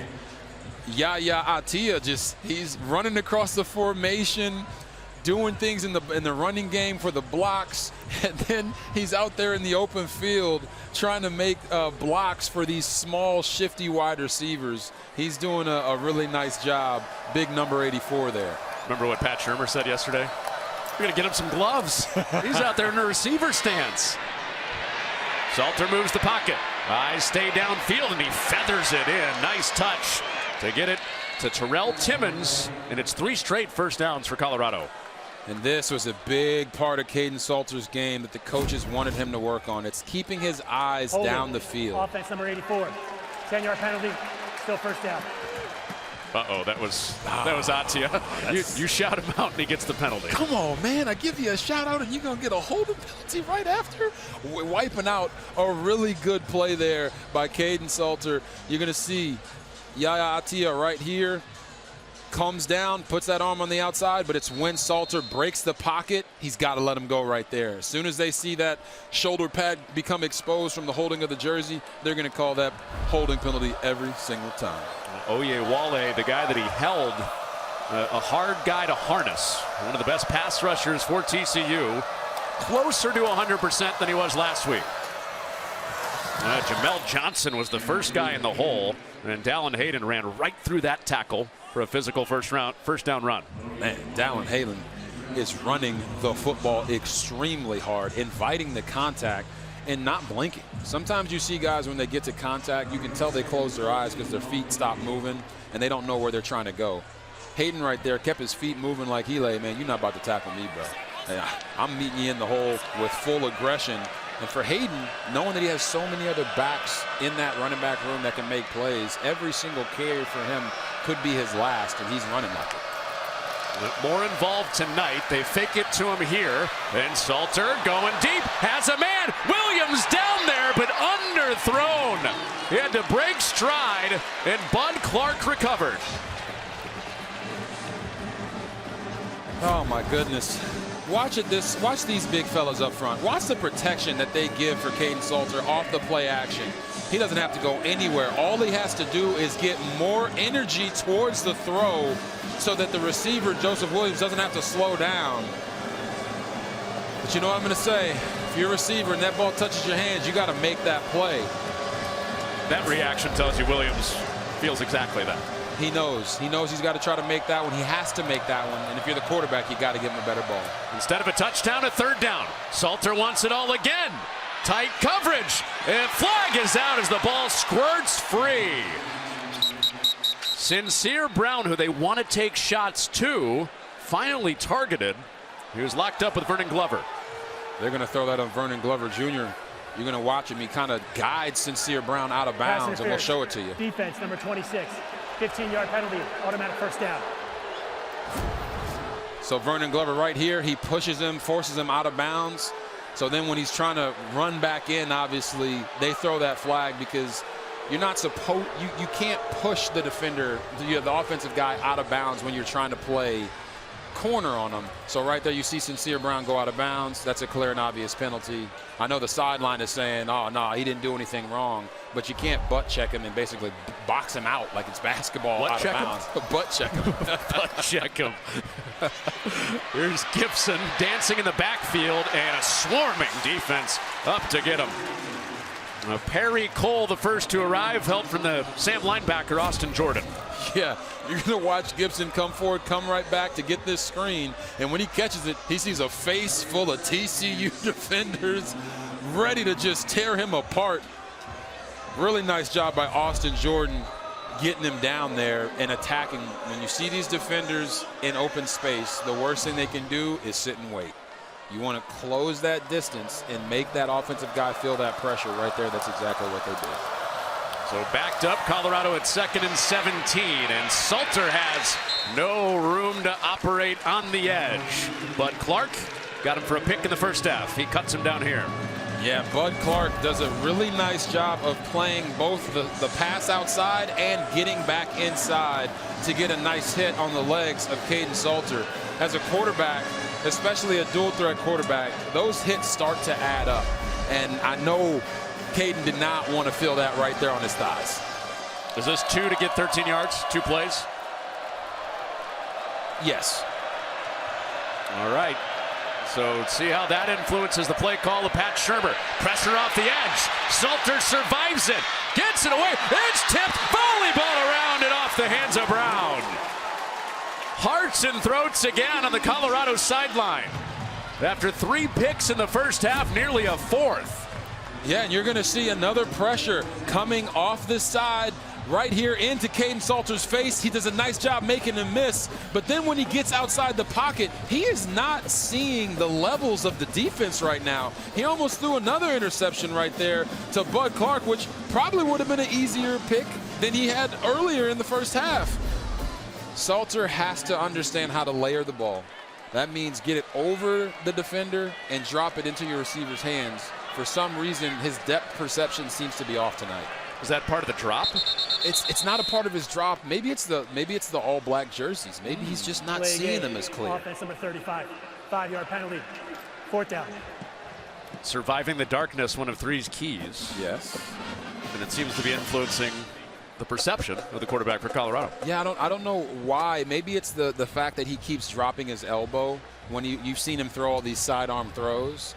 Well, that affects his ability to get the ball to curve up and down over that second-level defender. Bud Clark is obviously tuned into that.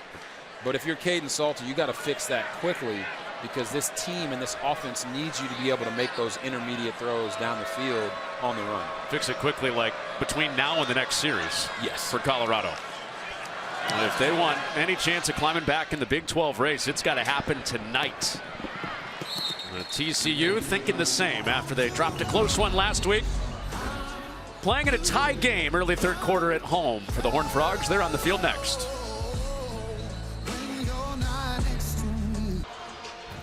Fox College Football is sponsored by Allstate. You are in good hands. That is the world's largest honky-tonk, Billy Bob's. Alexa killed it. Me, on the other hand, Rhonda roasted me. Our dance instructor, I don't know what I'm doing. The can? It's definitely not line dancing. Connor, I don't know what you're doing, but Albert Brenneman is looking for his dance moves back. We got to make sure you stay right here, brother. You got to stay right here. I'm right here. I'm right here. Is he going same arm, same leg? What is going on here? Well, I'm going to work with you. We're going to work on that. And we're going to come back. We're going to make sure that you are squared away.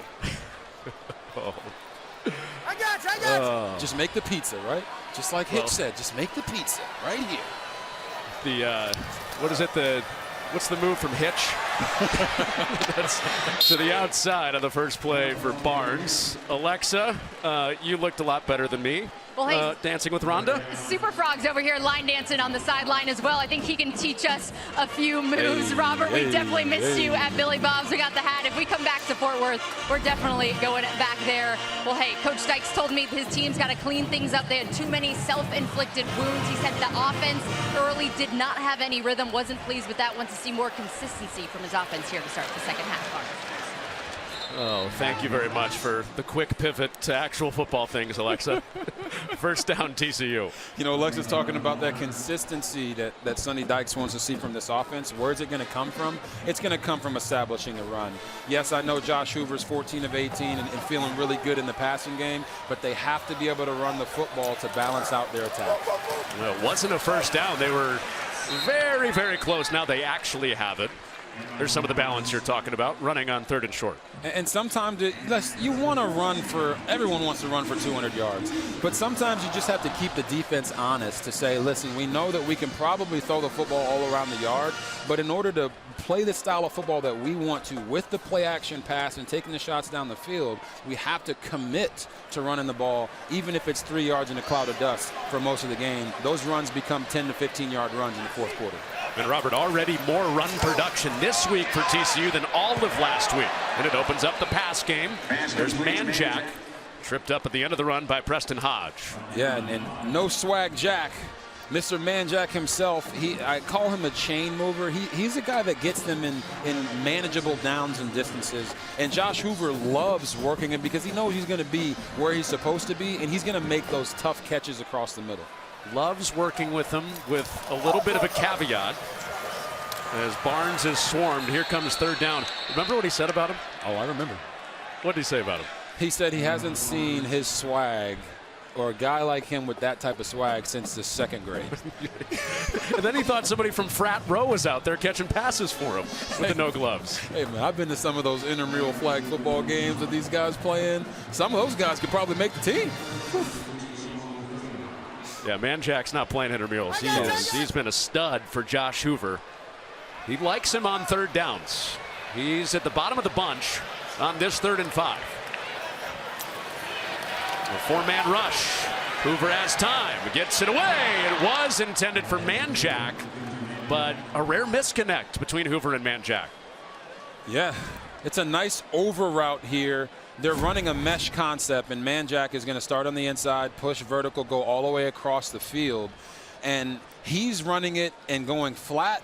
The quarterback's throwing it as if he's going up the field, and that was just a miscommunication. Josh Hoover has to understand that versus man, he's going to keep it flat. Versus zone, he'll continue to climb and put that ball out in front of him. So 3rd and 5, Colorado gets a stop and a booming punt to keep it away from Gibson. And it does take a Colorado skip. Out of bounds for Caden Salter and Colorado to retake the field, 14 all in Fort Worth.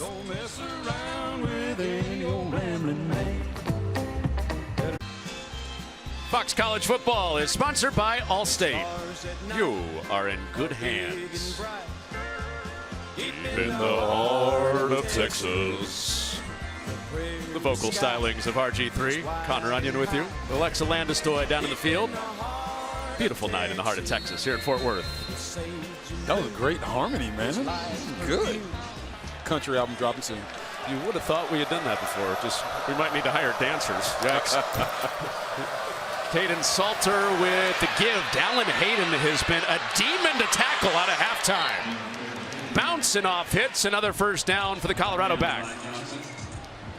Again, I talked about Dallin Hayden, the way he's running. They're going to bring the tight end across on the block. Dallin Hayden's going to go down and hit it right there in the gap, and boom, bounce it to the outside. That's why it's called being patient as a runner. Don't just try to get outside as fast as you possibly can. Set up those blocks by your offensive linemen, allow them to get in phase, and then when you hit the outside, there's nobody there for you. Well, that took him 20-plus yards down the field, and Colorado has the rushing edge with this running game that has shown promise the last few weeks. Robert, with Hayden now, we might be on 100-yard rusher watch for Colorado. He's up above 50 yards on the ground tonight. Ding, ding, ding. That's an interesting stat you bring up there, Connor, because Deion has never had a 100-yard rusher since he's been at Colorado. And I believe it's what, 32 consecutive games that they haven't had a 100-yard rusher. So hard to believe, isn't it? That commitment to the running game is starting to pay off. And of all people to be the one to get it, Dallin Hayden would be the most unlikely. Tricks here. It's incomplete. They handed it off to the quarterback, Salter. Didn't work. Third down. And this is where I continue to get frustrated with the Kaidon Salter of it all is watch this sidearm throw. Sidearms can be cool, but they're not always necessary. What is making him have to throw that sidearm and be so inaccurate that his receiver can't even get his hands up? That's how far behind him that throw was. You only need to go sidearm when it's absolutely necessary. I want to see Kaidon Salter fix that and start coming more over the top so he can be a lot more accurate and more consistent. See if he can correct on a 3rd and 11. He steps up in some trouble and he's swung down. Obi Izor with the sack to bring up 4th down. And you're going to see where Obi Izor comes from. He's going to come from right here, A-gap. They got the double A-gap blitzes. He's going to act like he's dropping out and add on. The outside rushers get Kaidon Salter to step up, and Obi Izor, who has been a spy for the most of this game on these 3rd down situations, making sure that Kaidon Salter can't break the pocket, ends up getting the big-time sack. Set him free after spying all day. Obi Izor forces the punt unit out for Colorado. We only saw 1 punt combined in the first half. We've seen 5 drives, 5 punts since that opening half that saw very few. So TCU gets it back with Josh Hoover after they punted away last time. That'll be after this, after Nnamdi Obi Izor. They unleash him after spying Salter. He gets home for the sack. TCU football. The ALDS continues tomorrow on FS1, starting with Aaron Judge and the Yankees taking on the Blue Jays. Then the Tigers battle Cal Raleigh and the Mariners in Game 2. Coverage begins at 3 p.m. Eastern tomorrow on FS1. Your normal partner, Jason Benetti's Tigers. Yes, he is. He's been on the roller coaster with the Tigers all season long, doing an amazing job calling baseball, and hope he has some fun calling that Cowboys game tomorrow in the NFL. The Cowboys-Jets tomorrow on Fox. And TCU back on the field on offense. Hoover escapes pressure and throws it to no one. I think I said 5 before we went to break. There have only been 3 drives in the half. They've all been punts after just 1 punt in the first half. It's almost like we're having a deja vu moment from the first quarter where we didn't have any points. And then everything exploded in the second quarter. You end up with 28 points between the two teams. Neither team is controlling the middle 8. The middle 8 is already gone. And if you're TCU, it's why I keep harping on being able to run the football. They seem to not be able to run it averaging 2.4 yards a carry right now. So back-to-back throws with nothing doing in the run game. They get the pass game going to his tight end, Chase Curtis, for a big hitter and a first down. Yeah, really nice route here by Chase Curtis. Going to push vertical, run the seam, and Josh Hoover puts it out in front of him. No safety to worry about because you got the 2-high look with the 2 safeties deep. Really nice pass completion there. Middle of the field open, goes for 27 yards and along the boundary. McAllister had the one-hander before, not here. Hey, man, it's like when you go to your favorite restaurant and you get that 1 meal every single time. They tried to go back to the same thing here. McAllister tried to catch it with one hand again that time. You know, maybe tried to get too fancy. Goes out with 2. It's a little wider than he's expecting. But these 2 have been a force this year, so I don't blame Hoover for taking that shot again. He just needed to pull it in about a yard. Can only have that big carrot at Bob's once a night. And this is what you're just talking about. There is nothing doing right now for TCU on the ground, similar to last week. Yeah, and really what I see is I see the center getting pushed back into the backfield. I see the right tackle losing his block. I see the left guard and the left tackle not being able to truly double team and get up to the linebacker in time. What all that means is Colorado's defensive line is manhandling TCU's offensive line right now in the running game. And Colorado is short-handed in the middle of that defensive line. So 3rd and long. Hoover over the middle. Curtis, athletic catch, athletic move. Does he have enough? diving ahead, needed the 30, and he got just enough to move the chains. And you're going to see Curtis come right here from the inside, running a shallow route across the formation. Hoover's going to keep his eyes deep, realize everyone drops, get it underneath, whoop, make a move the chains. Sometimes throwing the ball short of the sticks can also get you bigger gains in the passing game. Curtis twice with big gains on this drive. Both have gone for first downs. And that's more like it for TCU, 5 yards. Yeah, 5 yards gets you a nice 2nd and 5 situation. Going back to that previous completion to Curtis, a lot of quarterbacks struggle with, oh, man, I don't want to throw the check down. I don't want to throw the 2-yard route. But if that is what the defense is telling you that you have to throw because of the way they play their coverage, you have to trust your guys, get them the football, and allow them to go to work. That's exactly what happened for Hoover there. No glory in the check down. Effective, though. It is effective. Kept this drive alive. Here's Barnes ducking the head. He's their downhill runner back in there tonight, missing a few games. And he sets up a 3rd and short, both with his runs.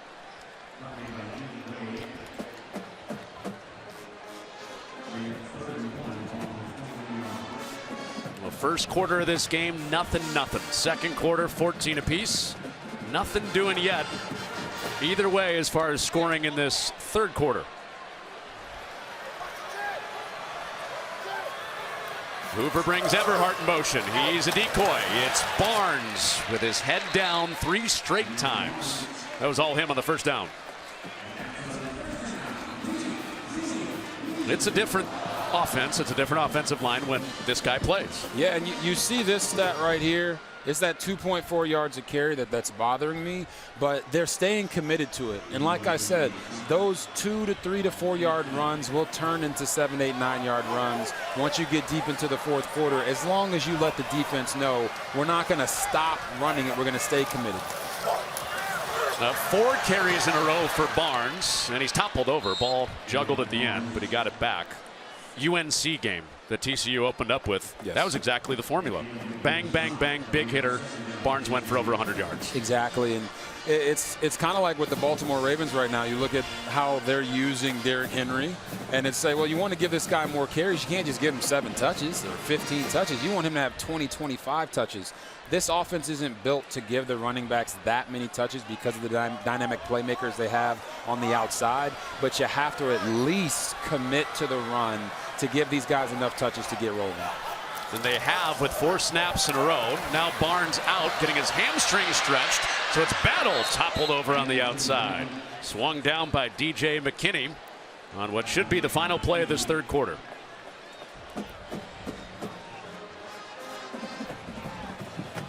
And again there, you look at Trent Battle eventually getting his way outside as they're going to get up to the ball and try to get them to jump off sides right before the end of the quarter.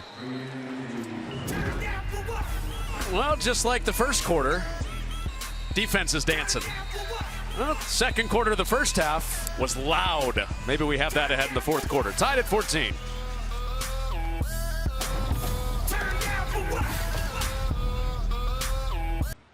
Coach, you mentioned to me at halftime wanting your offense to find a rhythm. What kind of rhythm do they need to find here late to win this thing? Yeah, we're moving the ball a little better, running the football better. This is going to be a big third down for us right here. Just got to continue to execute, stay away from negative plays. Penalties have hurt us, and just got to do our job. Coach, appreciate the time. Hey, thank you very much. Well, there's 3 picks tonight, plus forcing 2 punts have set up this drive that brings up a big third down. You agree with Sonny Dykes, right, about the run game? Got to stay committed to the run right here. I wouldn't anticipate a run. They're spreading them out. Empty formation. Bringing the back in because they're looking for that man zone tell. They know they've got zone. An extra guy up at the line of scrimmage. Couple drop out. It's McAllister, and he is plunged forward. That might have been enough to get him the first down. He was 2 yards short and then vaulted forward. You're going to see it's a nice smash combination. An under with a corner route. McAllister does a nice job not getting himself covered. And you talk about that sling forward. He's got control of the ball. It looked like the ground. The ball is, oh my goodness. That might be a fumble. You can see the nose moving a little bit. It's about if the nose was moving before his hip came down, then that's a fumble. And we have to determine if there was a clear recovery there. by Colorado. Well, ruled short. And a timeout taken by TCU. So it does look like TCU recovered that after the fumble happened. So. All right, so McAllister short, 4th and 2 ahead. And let's prove it. McAllister, ball on the deck. Boom. There's a recovery. There it is.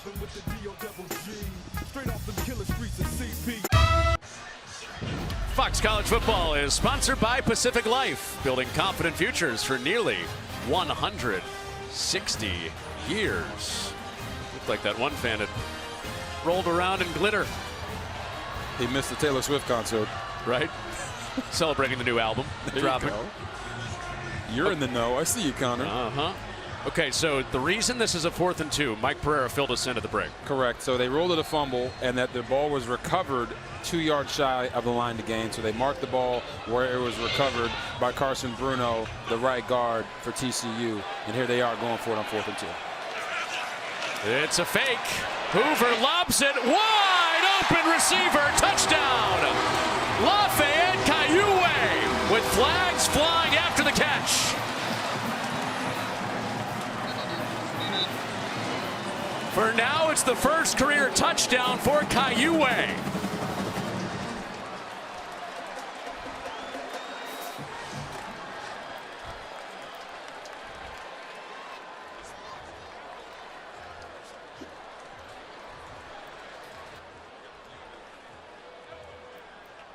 Result of the play was a touchdown.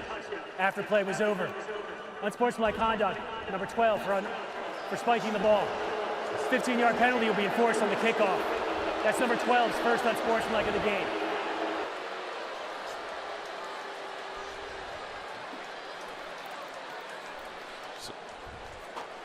So Kayue's first career touchdown catch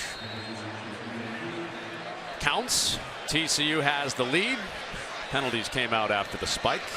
Can't wait to show you guys how he got so wide open after we come back from break. So 21-14 after Kayue sprung free.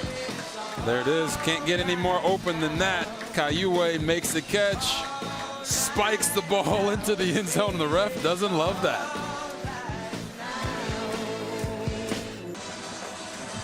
Fox College Football is sponsored by Ram Trucks. Nothing stops Ram. With RG3, Connor Onion, Alexa Landestoy. Fireworks second quarter. 1st and 3rd, nothing doing. First drive for TCU in the 4th. Kayue with the touchdown. Looks like we might be in store for another one of those quarter eruptions. It took 1:06 for TCU to tie the game late in the first half. And they've gone 21 unanswered points. And that won't help their cause. Kickoff out of bounds. And good field position for Colorado. What you're going to see is Lafayette Kayue is going to run a post route, and watch the linebackers and the safeties. Look at all their eyes when this play action pass happens. Hoover's going to put it in the belly of the back, and look at all of their eyes. They're all here. No one is on the tight end, and look at all this space in the end zone. You don't get any more wide open than this. You got to make it easy for your guy. And I think, they'll take the Gronk spike penalty here. There's no spikes allowed in college football for celebrations. So our guy, Rob Gronkowski's got to talk to this tight end here, Kayue, to not do that again. Say, save it for the next level. And the crazy thing is that's the 9th different receiver to catch a pass for TCU tonight. Josh Hoover is getting everybody involved. So a couple penalties on TCU have Colorado at midfield, and a flag is out behind that run. Draylon Miller starting the drive for the Buffaloes. Flag at the 50. Holding. Offense number 71. 10-yard penalty. First down. You're going to see Xavier Hill. They're going to call this holding on him because he just gets his arms too wide on the outside of the defender. And when the defender tries to come back inside, right here, you're going to see as soon as the defender tries to come back inside, you see that fistful of jersey that he has. He's putting his shoulder pad all in his ear pad. That's called a hold, people. All right? You can't hold obviously, and when that guy tries to shift back inside as an offensive lineman, you got to let him go. It's counterintuitive, but you have to do it. Just undressed the guy in front of him, and Dallin Hayden on the ground gets some of that holding yardage back. Give him 8. But Colorado, 2 picks, 2 punts since they went up 14-0. Yeah, it's been feast or famine for this Colorado offense so far today. It's either a touchdown, interceptions with Kaidon Salter having 3 of them, and then of course coming out of the half, once again like Deion Sanders told us, just way too slow. And the reason it's a problem is because you know what you're supposed to be running in the first quarter and the third quarter when you come out of the locker room, and they're just not executing. It's been a thing for them out of halftime in all of their Big 12 games so far. They have a 3rd down up ahead, chasing 7 points. And right here, this is just another good job by our guy, Nnamdi Obiazor, really flowing to the play at a high level, making sure that he's meeting the running back at the line of scrimmage, even if it's out in the D gap. You don't see that very often nowadays from linebackers. They're not willing to kind of go for it right away, and he's doing that all night. He went for it to bring up a 3rd down, and a strike from Salter to keep the drive alive. Sincere Brown, his long, rangy target. And this is a 2-man route. Sincere Brown is going to run a deep cross across the formation. You see him get inside, stay inside, and then just work his way across. The reason only 2 receivers are out is because they wanted to protect Kaidon Salter in the backfield. And that gave him the time to throw it to Sincere Brown for his first catch tonight. And you rarely see like a 8-man protection in college football. But if you're not able to protect it, you need to give your quarterback a little bit more time. You bring the double edges in. You make sure you chip those defensive ends, and they run an angle route, which is a deep route and a deep cross across the formation, and it worked to perfection. 2 decades in the NFL for Pat Shurmur helping out. This is to the end zone. Separation. Miller. Touchdown. You will not believe it, but this is the same exact play that they just ran on the other big play. I talked about that angle. He's going to slip inside and then get back outside, looking over the outside shoulder. He adjusts to the throw, and HBO helps a brother out. Kaidon Salter makes this throw, and it's way underthrown. But when the ball is in the air, it is yours. And Omarion Miller right there played it to a T. He sure did. 2nd touchdown tonight for Omarion Miller, who goes to 4 catches, 75 yards with his 2nd score. We've got a little symmetry in our scoreline tonight. First quarter, nothing. Second quarter, fireworks. Third quarter, fourth quarter, mirroring that first half.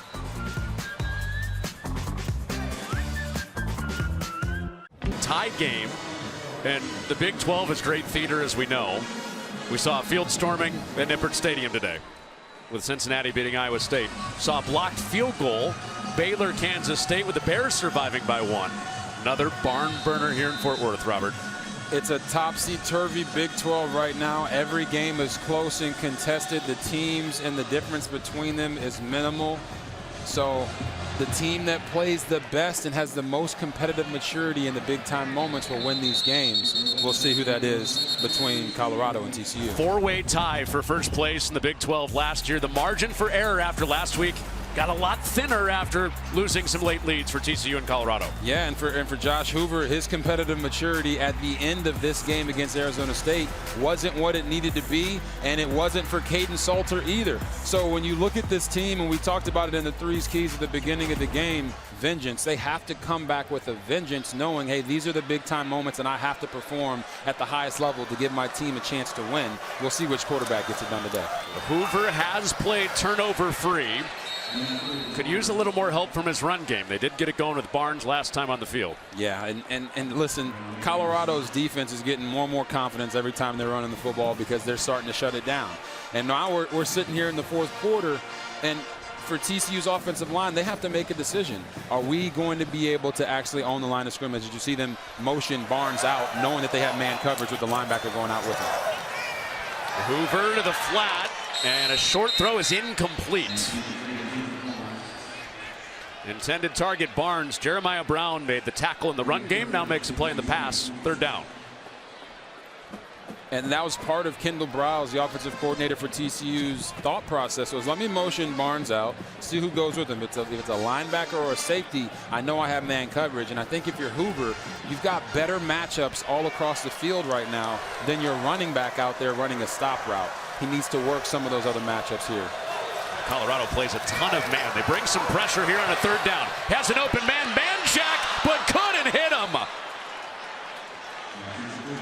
Oh, that's one that Hoover usually hits at his feet. 4th down. Oh, and you're going to see the pressure come right here through the gap.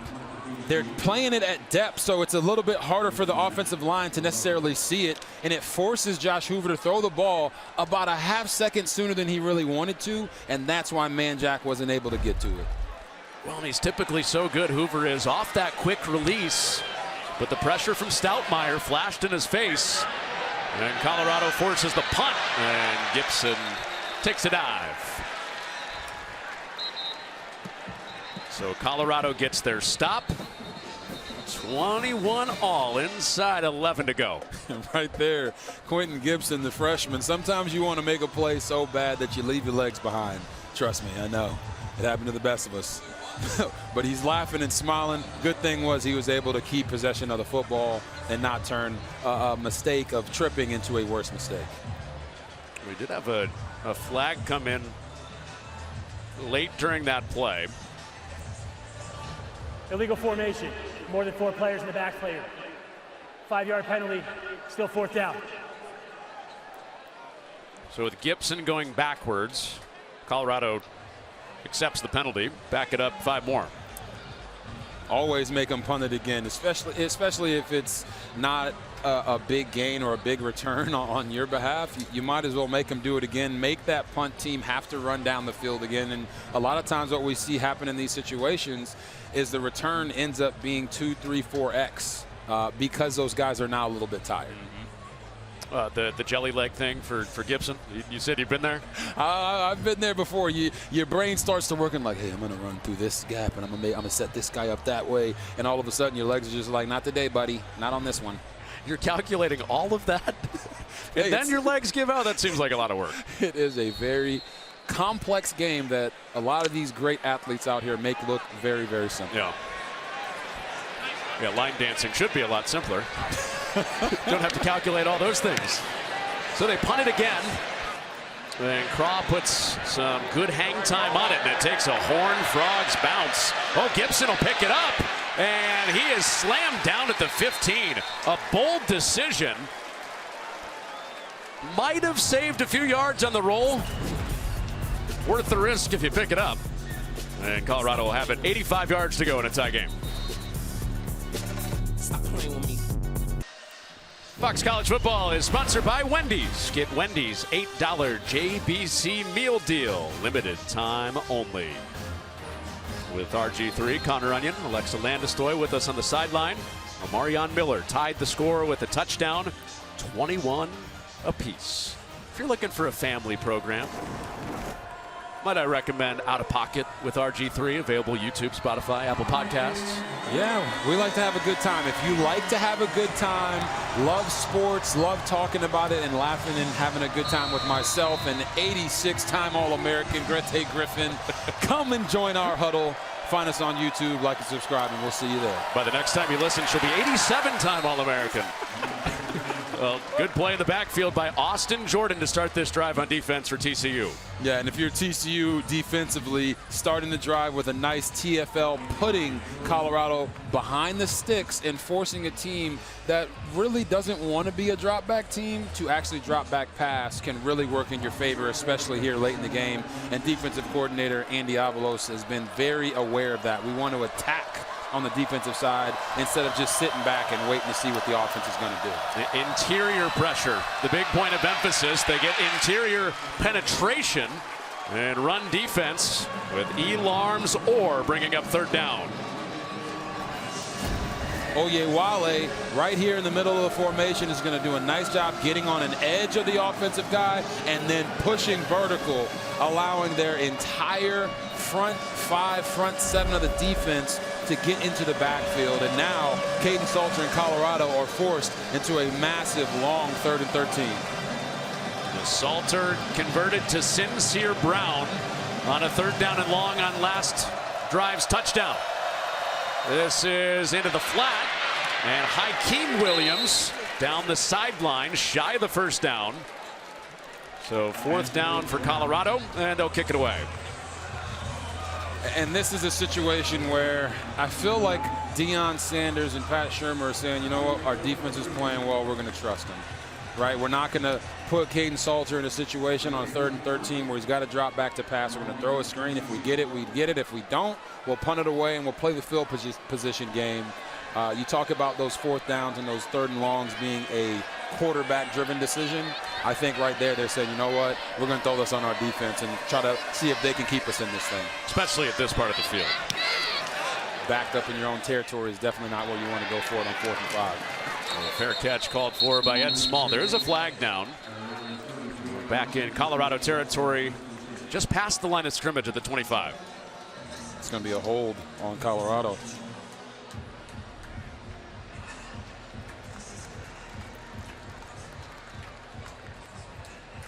See if TCU makes him kick again. Colorado just forced TCU to do that.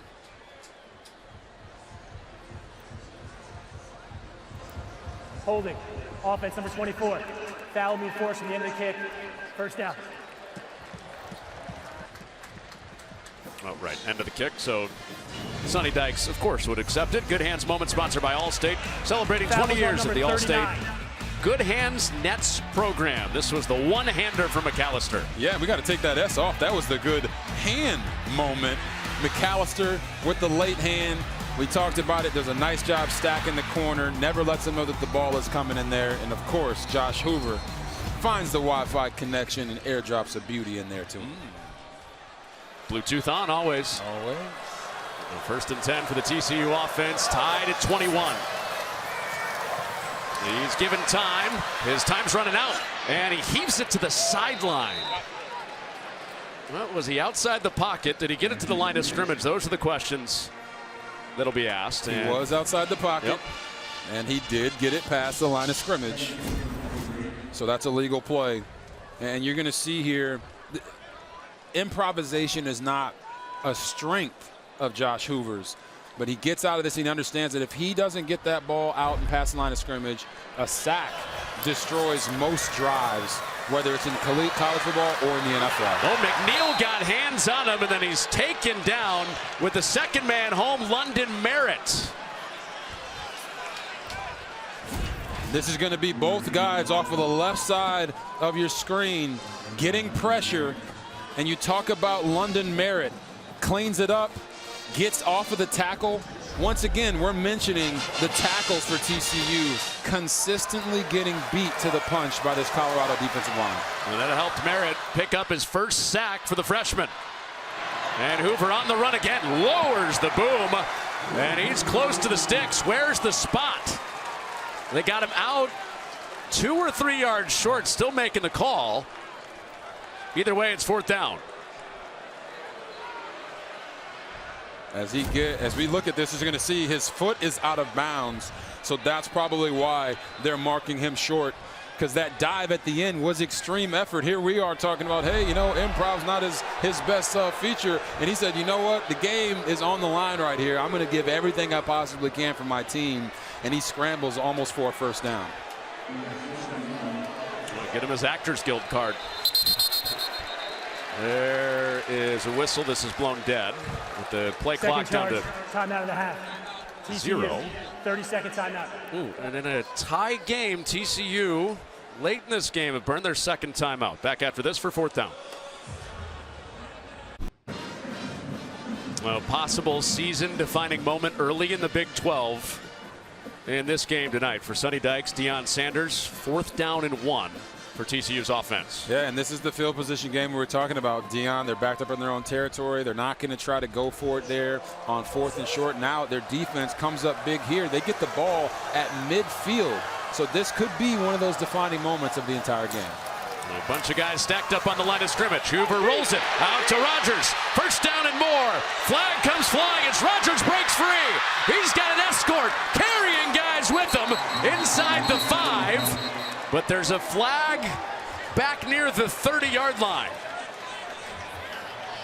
It's a 43-yard gain and a first down, but we check the flag.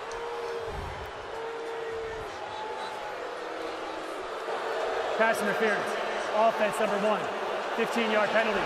Still 4th down.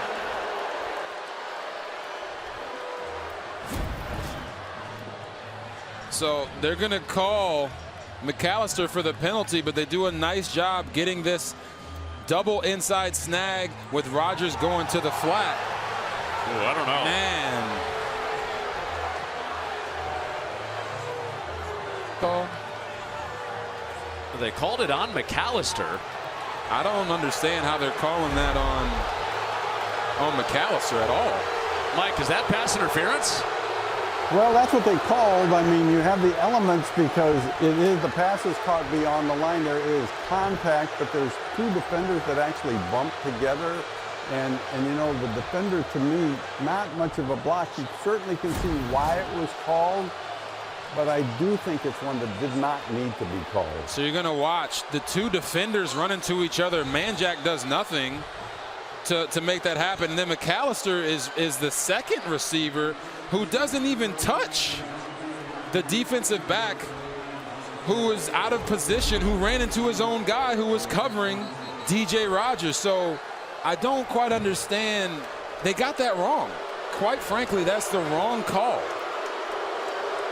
Well, and I wonder if the officials saw the collision and McAllister arriving a split second after, and that's where it came in. That's the only. Shouldn't be a foul. Connor, that's very, very. You're being very lenient giving them that reasoning.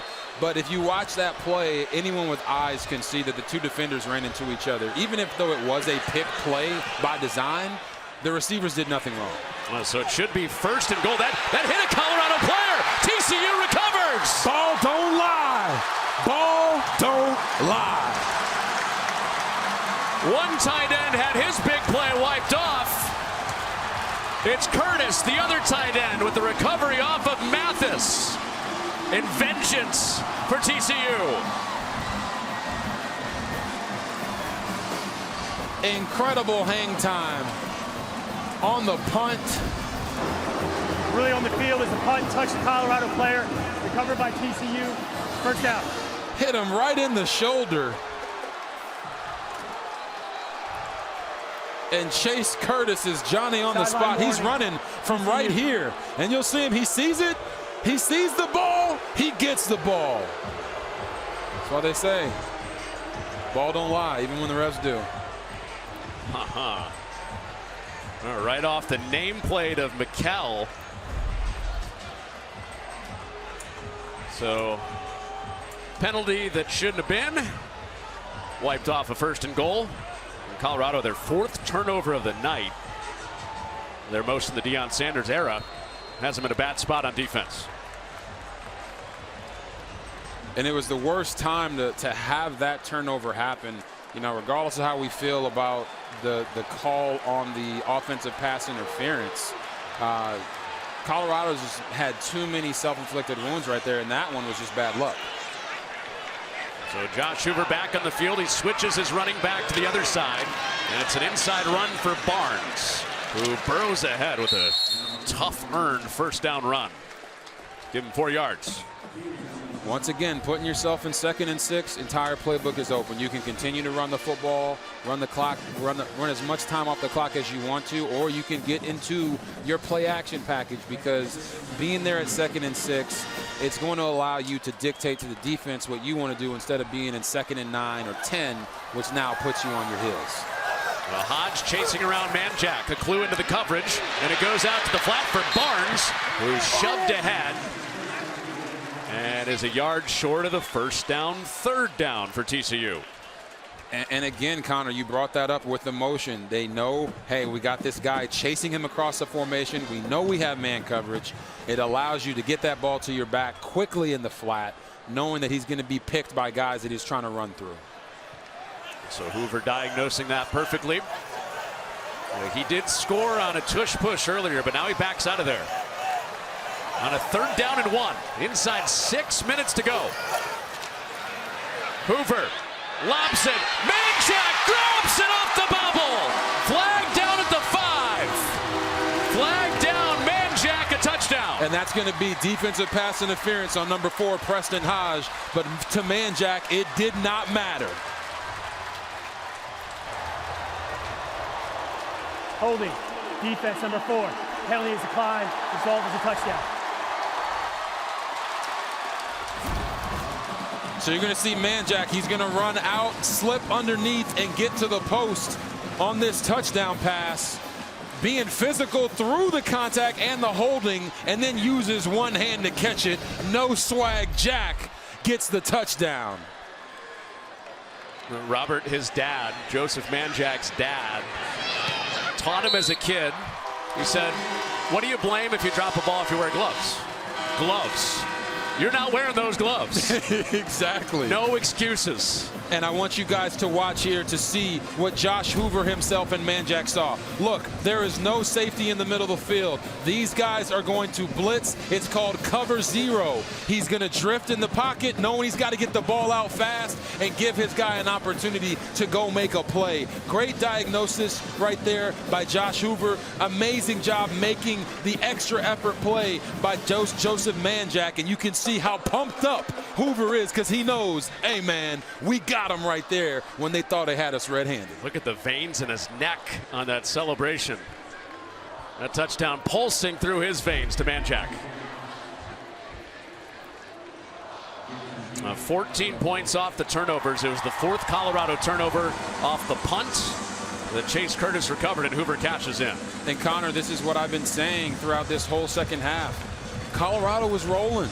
Their defense has been playing at a high level, keeping this TCU offense really off balance. But it's the turnovers that have really kept the defense on the field. And if you give Josh Hoover enough opportunities, he is eventually going to make you pay. And that's exactly what we've seen this entire game. In this environment, Robert, with 4 turnovers, Colorado's lucky to still be in the game. Exactly. Gibson takes it out. And nowhere to go. Slammed down before the 20-yard line. Start your Saturday with a bang. Number 1 Ohio State rolls into Big Noon with phenom Jeremiah Smith and rising star Julian Sayin leading the charge against Illinois. It all starts with Big Noon kickoff. Back in Champaign for the 2nd time in 3 weeks. Then it's Ohio State and Illinois only on Fox. If next week's Big Noon is like the last time they were in Champaign, sign us up. Game-winning field goal at the end. Yeah. High drama in Champaign last week. High drama. And Big Noon, they're doing a great job over there, having a lot of fun, celebrating college football, and that's what it's supposed to be about. This is a great atmosphere here on a Saturday night in a blackout game, and we got ourselves one too. Salter lets it rip. Miller has been his best target tonight with 2 touchdowns. The drive starts with a 5-yard gain. And this is just a nice, easy, flat hook concept. Once again, what did they use to get Kaidon Salter in rhythm in the 2nd quarter? Those types of plays. Easy, quick decisions. Get your receivers the ball. Allow them to feel it.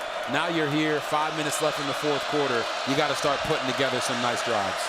Exactly what he did on 3 touchdown drives tonight. But that TCU front swarms again to bring up 3rd down. Devin Deal setting the edge. And you see that TCU defense is, enveloping the entire offense. Now, when they hand that football off, they are daring Colorado and Kaidon Salter to work the outside matchups and beat them throwing the football. Now you're sitting here on 3rd and 4. Probably got to put this football in the air. Maybe see a little bit of one of those dash concepts from Kaidon Salter that he likes to have with the structure rolling out of the pocket. He's been comfortable rolling to the right. This season, the snap surprised him. Ball is on the ground. Salter throws it away. There's a flag down, and what a mess we got here.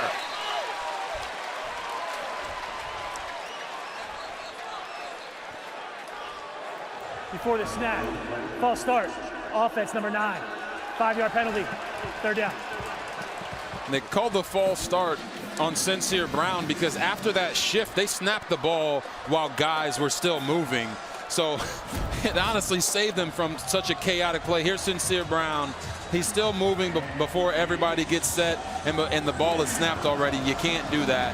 So it saves them in one sense. It's still a penalty, but they're not as far back as they would have been after Kaidon Salter got hit right there. And I don't think the ball got past the line of scrimmage when he was trying to throw it away. No, so new life in a way for Colorado on a 3rd and 9. Pressure on Salter, falling away into tight coverage, and the turn is made. It's a first down. Hyke Williams worked back, slipped out, and Colorado does convert. You're going to see this. Hyke Williams makes this catch with Nnamdi Obiizer on him, and Obiizer thinks the play is over, and he knocked it down. But you got to play all the way through the ground, and Hyke Williams makes the catch, gets vertical, and now Colorado has a new set of downs. Wow, one of TCU's hardest working players, too. So the penalty does save Colorado, and Dallin Hayden is dragged down. Man, still blown away by that last play. You're going to see Kaidon Salter make this throw, and Obiizer comes through, thinks he knocks it out, but he got tricked like an Instagram filter right there, and Hyke Williams just keeps rolling with it. Hey, man, at the end of the day, Hyke Williams made the play to keep his team on the field, and you love to see that for him, a guy who transferred in from Florida State, hasn't had a ton of opportunities here at Colorado, but that receiver room is extremely deep. And now if you're Kaidon Salter, you have to feel confident that these guys are going to continue to make plays for you here in crunch time. Off play action. Salter has it knocked down, and it is Obiizer. No Instagram tricks there on the filter. He knocks it away, 3rd down. Obiizer made sure he knocked that one down. You see him right here, his eyes fully on the ball, sees it, feels it hit his hand, tracks it to the ground. Hey, he learned from his first mistake, and he put that ball 2 thumbs down. He said no mercy this time. So it was 3rd and 9 a moment ago. TCU looked to be off the field. Now can they get off the field? 3rd and 11. Clock is getting late. Crowd is getting loud. One score game in the Big 12. Here's a 3rd and 11. Pressure. Salter fires one-on-one, and that is incomplete. Sincere Brown hemmed to the sideline by Glover. And you can see he's definitely out of bounds, but we talked about this earlier in the game. Look how much space he has on the sideline. There's none. When if you're a young receiver, understand that you have to save 5 yards on the sideline for your quarterback to be able to drop that ball in. If he had stacked the DB and saved him some more space, he would have made that catch. And now Colorado is being aggressive and going to go for it here on 4th and 11. 3 timeouts and the 2-minute timeout. And here is a timeout. Wow, I was shocked to see the offense still out there for the Buffaloes. Yeah, I don't love that, especially burning a timeout there. In this situation of the game, I would punt the ball away. I know, listen, there's 2 minutes and 40 seconds left in the game. You got to trust that your defense can get that stop. Oh, it's an official review, so no timeout has been called. They're going to review this, whether it was a catch or not, I'm guessing. We got to go back and look at it ourselves to see if he had that 1 foot in college football. All you need is 1 foot. You don't need both. So here we are again. Ball's coming out. He's still in bounds. 1 foot down. Oh, that's going to be close. He has that 1 foot in bounds, but it's a matter of if he has control of the football. And from that angle, we can't truly tell. So let's look at it from this one. He's got one hand on the ball. Nah, his foot is off the ground, and is that foot? Is the right heel in? Yeah, that. You look at the line again here. His feet are in before he touches the ball. So now it's a matter of there's the catch, his feet are out. That's an incomplete pass. Well, Mike, Robert and I agree. Is this 3 against 0 here? Yeah, I don't have the nerve to go against you. But, you know, it is a tight play, and I think it's a good stop. The question is that heel still on the ground when he gets control? really hard control when it's a one-handed catch like this. When does he actually gain control? It's kind of one of these where I do think it's close, but I don't think it would be enough to be clear and obvious and change. After further review, the ruling on the field is upheld. 4th down. Mike didn't have the nerve for good reason. Yeah, I mean, I understand Mike's hesitation there because earlier in the game we thought for sure, hey, they're going to overturn the play earlier in the game, and they didn't, even with that video evidence there. So they reviewed it, and Colorado is no longer going for it, which I think is the right decision.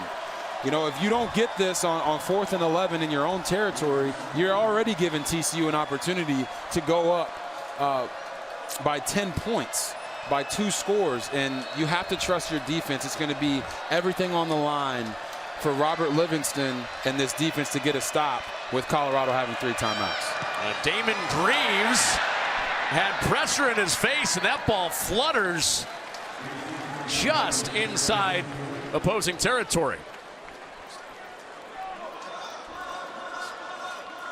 It was not touched. It just came off his foot funky for a 27-yard punt. Yeah, if you're Damon Greaves, this can never happen.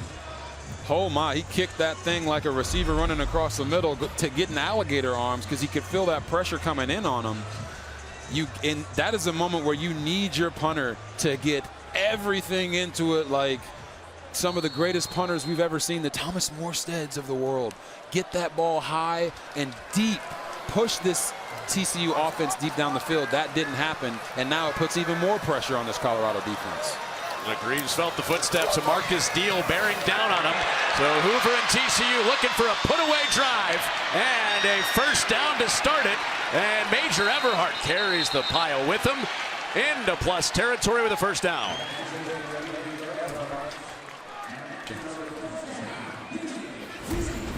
Yeah, and you're going to see he's going to come in motion.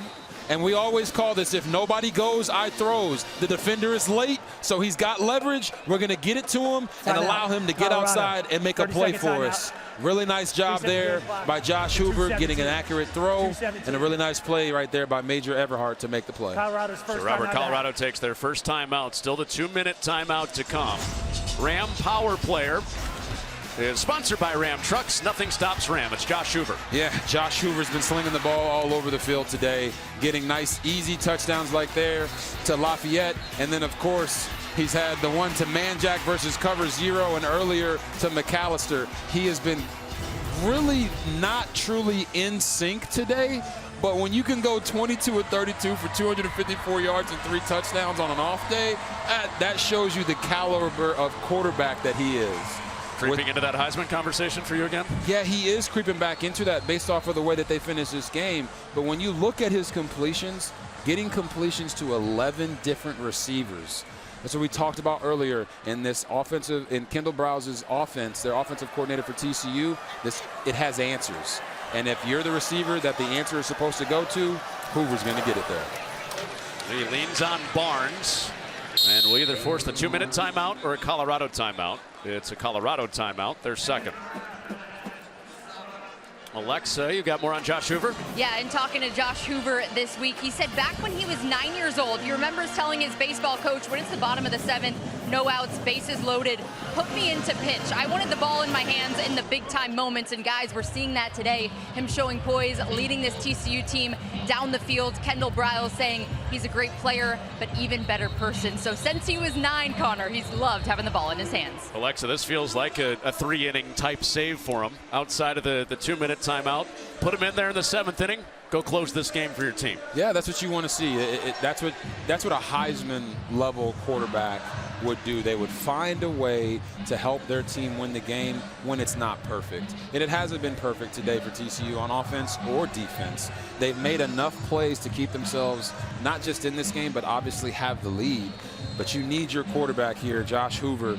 As Kendall Briles called him, he has to be him in this moment. Well, he had 2 late turnovers last week. Josh Hoover against Arizona State. Would he be shy, he was asked. He said, absolutely not. I made 1 bad throw, that was it. He makes a good decision here. Runs for a first down. And comes that much closer to that relief pitcher-like save, bringing it to the 2-minute timeout. And they ran this similar play to Everhart for the big gain on first down. This time they cover it. He does the pump. He gets vertical. And Josh Hoover does what he has to do to get the first down. Fox College Football is sponsored by Ram Trucks. Nothing stops Ram. Oh, the emotions flying. The rhythm of this game has been fascinating. It was vanilla in the first quarter, and then boom, I don't know, banana split, something like that, something more exotic. And then vanilla again in the third quarter, and nothing but exciting Big 12 football in this fourth quarter. Yeah, it's really come down to the play of the quarterbacks. Caden Salter made a lot of mistakes today, and they're still only down by 7, and Josh Hoover is making the necessary plays here at the end of the game to help TCU close this thing out. One timeout for Colorado, and Barnes and TCU will make him use that final timeout with 1:55 to go. Our game summary is sponsored by Pacific Life, building confident futures for nearly 160 years. You see the Gronk spike there that caused the penalty, but then Caden Salter making the nice throw, giving his guy an opportunity, Omarion Miller. And then this, one of the plays that absolutely changed the game. The ball falling off of Colorado and Chase Curtis picking it up. And of course, it's Josh Hoover versus cover 0 and no swag Jack. Joseph Manjack IV coming up with the big play to put them out in front. It's been a topsy-turvy type of game, just like the Big 12 has been a topsy-turvy type of league. Everybody's beating everybody, and the competition couldn't be closer. How this game finishes will determine whether Colorado really has a chance to stay in the race, and if TCU can get themselves right back towards the forefront. 7-2, the four-way tie last year, expected to be similar finish this season. Saw one undefeated go down earlier today with Iowa State in the Big 12. And Barnes ahead, driving the pile past the 20. And Colorado cannot stop it. You know, we were talking earlier in the game, Connor, about why are they running the football? You know, they're averaging 2.4 yards a carry. Well, it's in these moments that you continue to stay committed to the run game, because now here in the fourth, you know the runs that are going to get your offensive line going the most. And if I'm the quarterback, I'm in the huddle right now, Josh Hoover telling my guys up front, hey, you want to end this game? You want to end it the right way? You want to get our bike back from when we got bullied a few years ago? Let's do it right here and go get this first down. A first down could end it. 5 yards to get. Hoover out the back door. Foot race is chopped down by Preston Hodge. So now the clock will wind inside a minute with no timeouts for Colorado. Holy cow, look where Preston Hodge comes from. Gets all the way across the formation off of this zone read because he's tracking the tight end, and then knifes inside, goes and gets Josh Hoover's legs. That right there is Heisman level effort from Preston Hodge, preventing TCU from getting that first down. It sure was. And now interesting, remember the starting kicker for TCU, Kyle Lemmerman, is out for a third straight game. Nate McCashlin missed a 30-yarder in the first half. So this is not automatic territory. And a timeout for TCU with 26 seconds left. So it'll be on their second string kicker to try to put this game away. And if you're Sonny Dykes, you have to ask yourself that question. It's 4th and 6. Do I trust my quarterback to go in this game by going to throw the football, or do I trust my backup kicker who just missed the first kick of the game early in the game wide right? I know if I was a betting man, I wouldn't put the kicker out there personally. I would trust my quarterback here on 4th and 6 to try to go get this instead of having my kicker kick a 38 to 39-yard field goal. The range is a little bit more limited for McCashlin, and this looks like another quarterback decision to put Josh Hoover back out there. And you also have to realize, like, guys, there's 26 seconds left in the game. You're also saying, I'm going to trust my quarterback If we get this first down, awesome. And if we don't, I'm going to trust my defense that this team can't go the length of the field in less than 20 seconds. Well, you're not thinking about a hard count timeout situation for TCU. They have no timeouts. Plus, they just took one. We can't do the back-to-back timeouts in one team period. So a 4th and 6. And Josh Hoover down to 5 on the play clock. He just said slow go, which is a slant and go to the outside receiver. He pumps. He fires. He has McAllister. He's in the back of the end zone. He's in!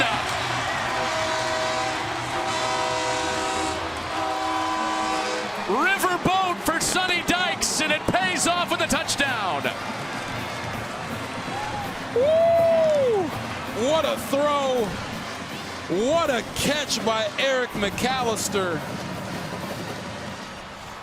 You could hear it on the audio.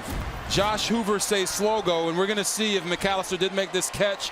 Jumps up, gets the foot in, has control of the football. That is a touchdown, ladies and gentlemen. And I can't wait to break it down for you here to show you exactly how he got to that play call and that route to his best receiver. Sonny Dykes just hit 21 on blackjack. Rolling him. Thank you. Touchdown on a 4th and 6. Kept his offense out there and sealed the game. When he makes the double.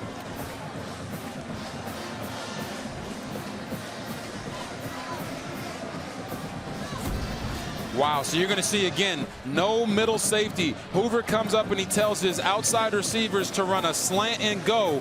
And watch, they're bringing this cover 0 pressure. He drifts in the pocket again, and look at this. He has the DB beat. He gets the ball up and down quickly, recognizes the coverage, diagnoses it, tells his receivers what the check is at the line of scrimmage. This is why I've been raving about Josh Hoover all day, because he is playing at an NFL level when it comes to his checks. Listen to him.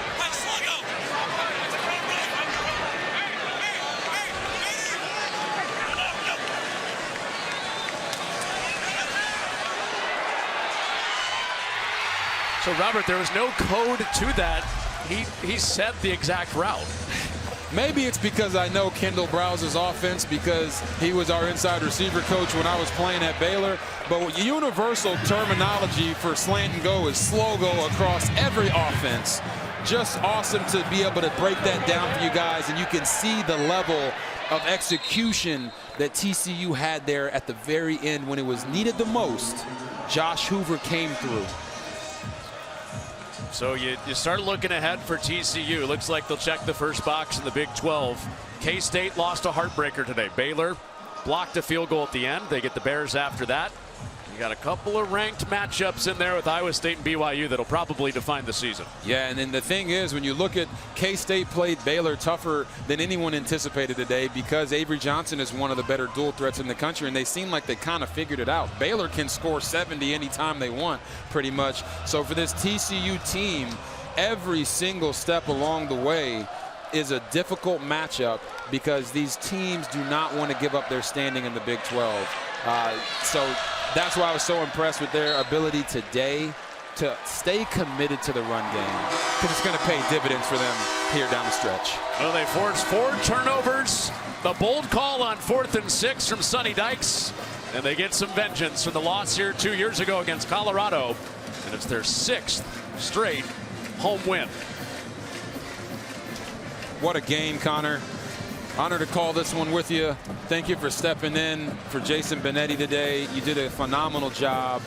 Hopefully the fans at home got to see just how special of a quarterback Josh Hoover is. And when this TCU offense truly gets healthy, they're going to be a nightmare for a lot of teams out there as they continue to embrace the darkness. Well, Josh Hoover got a couple of those guys back today, and it paid. He's with Alexa right now. Well, Josh, talk about riding the wave, ups and downs in this game. You're down 14-0, put out there in crucial 4th downs. There was penalties. What were you guys telling each other in the huddle, in the locker room to stay the course in this one? There's no panic. I mean, that's our mentality. We're not going to panic. We know we've got good players. We know we can make plays. And we know if we do that, we're going to give ourselves a chance to make plays down the stretch and win the game. So we don't ever panic. We just keep playing hard, doing our job. That's all we do. Well, we saw getting the addition of Eric McAllister back in here healthy. Take me into that last play. I see the smile on your face. We were going live at what you were saying at the line of scrimmage. Take us into it. We made it up on the line of scrimmage. They were zeroing us. We went slant and go to the outside guy. I mean, we've thrown slants all day, and Eric made a great play. Offensive line gave me enough time to get it off. So just so proud of our guys. What a win. We never wavered. We never panicked, like I said. Just continue to fight, and we got a lot of things to clean up, but if you got heart like that, you got a chance. So I'm proud of our guys. Before I let you go, let's talk about your defense, forcing 4 turnovers and what they did today against the Colorado offense. Yeah, they gave us the chance all day. They hung in there when we weren't playing very well, and they gave us a chance. So proud of those guys, man, and our offensive line. Can't say enough about them. They fought all day, give me opportunities, and lastly, most importantly, I want to thank the good Lord. First Big 12 win of the season. Congratulations, Josh. Thank you. I appreciate it. Alexa, Josh, thank you. He made it up at the line of scrimmage, just like he did in his hometown in Heath, Texas. Throwing it over the tree branches like he did to McAllister there to win the game. We'll be right back. Wrap things up from Fort Worth after this. 35-21, the final. TCU wins it after Colorado staked out to a 14-0 lead. Hoover on the comeback trail to 1-1 in the Big 12.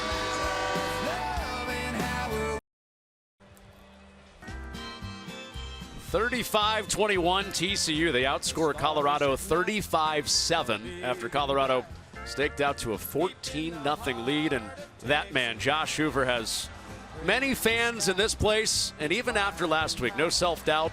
A couple turnovers to end last week's game, and they come right back out at home and beat Colorado by 14. So we welcome you back into the booth here in Fort Worth. Alexa Landestoy with us tonight. RG3, I'm Connor Onion.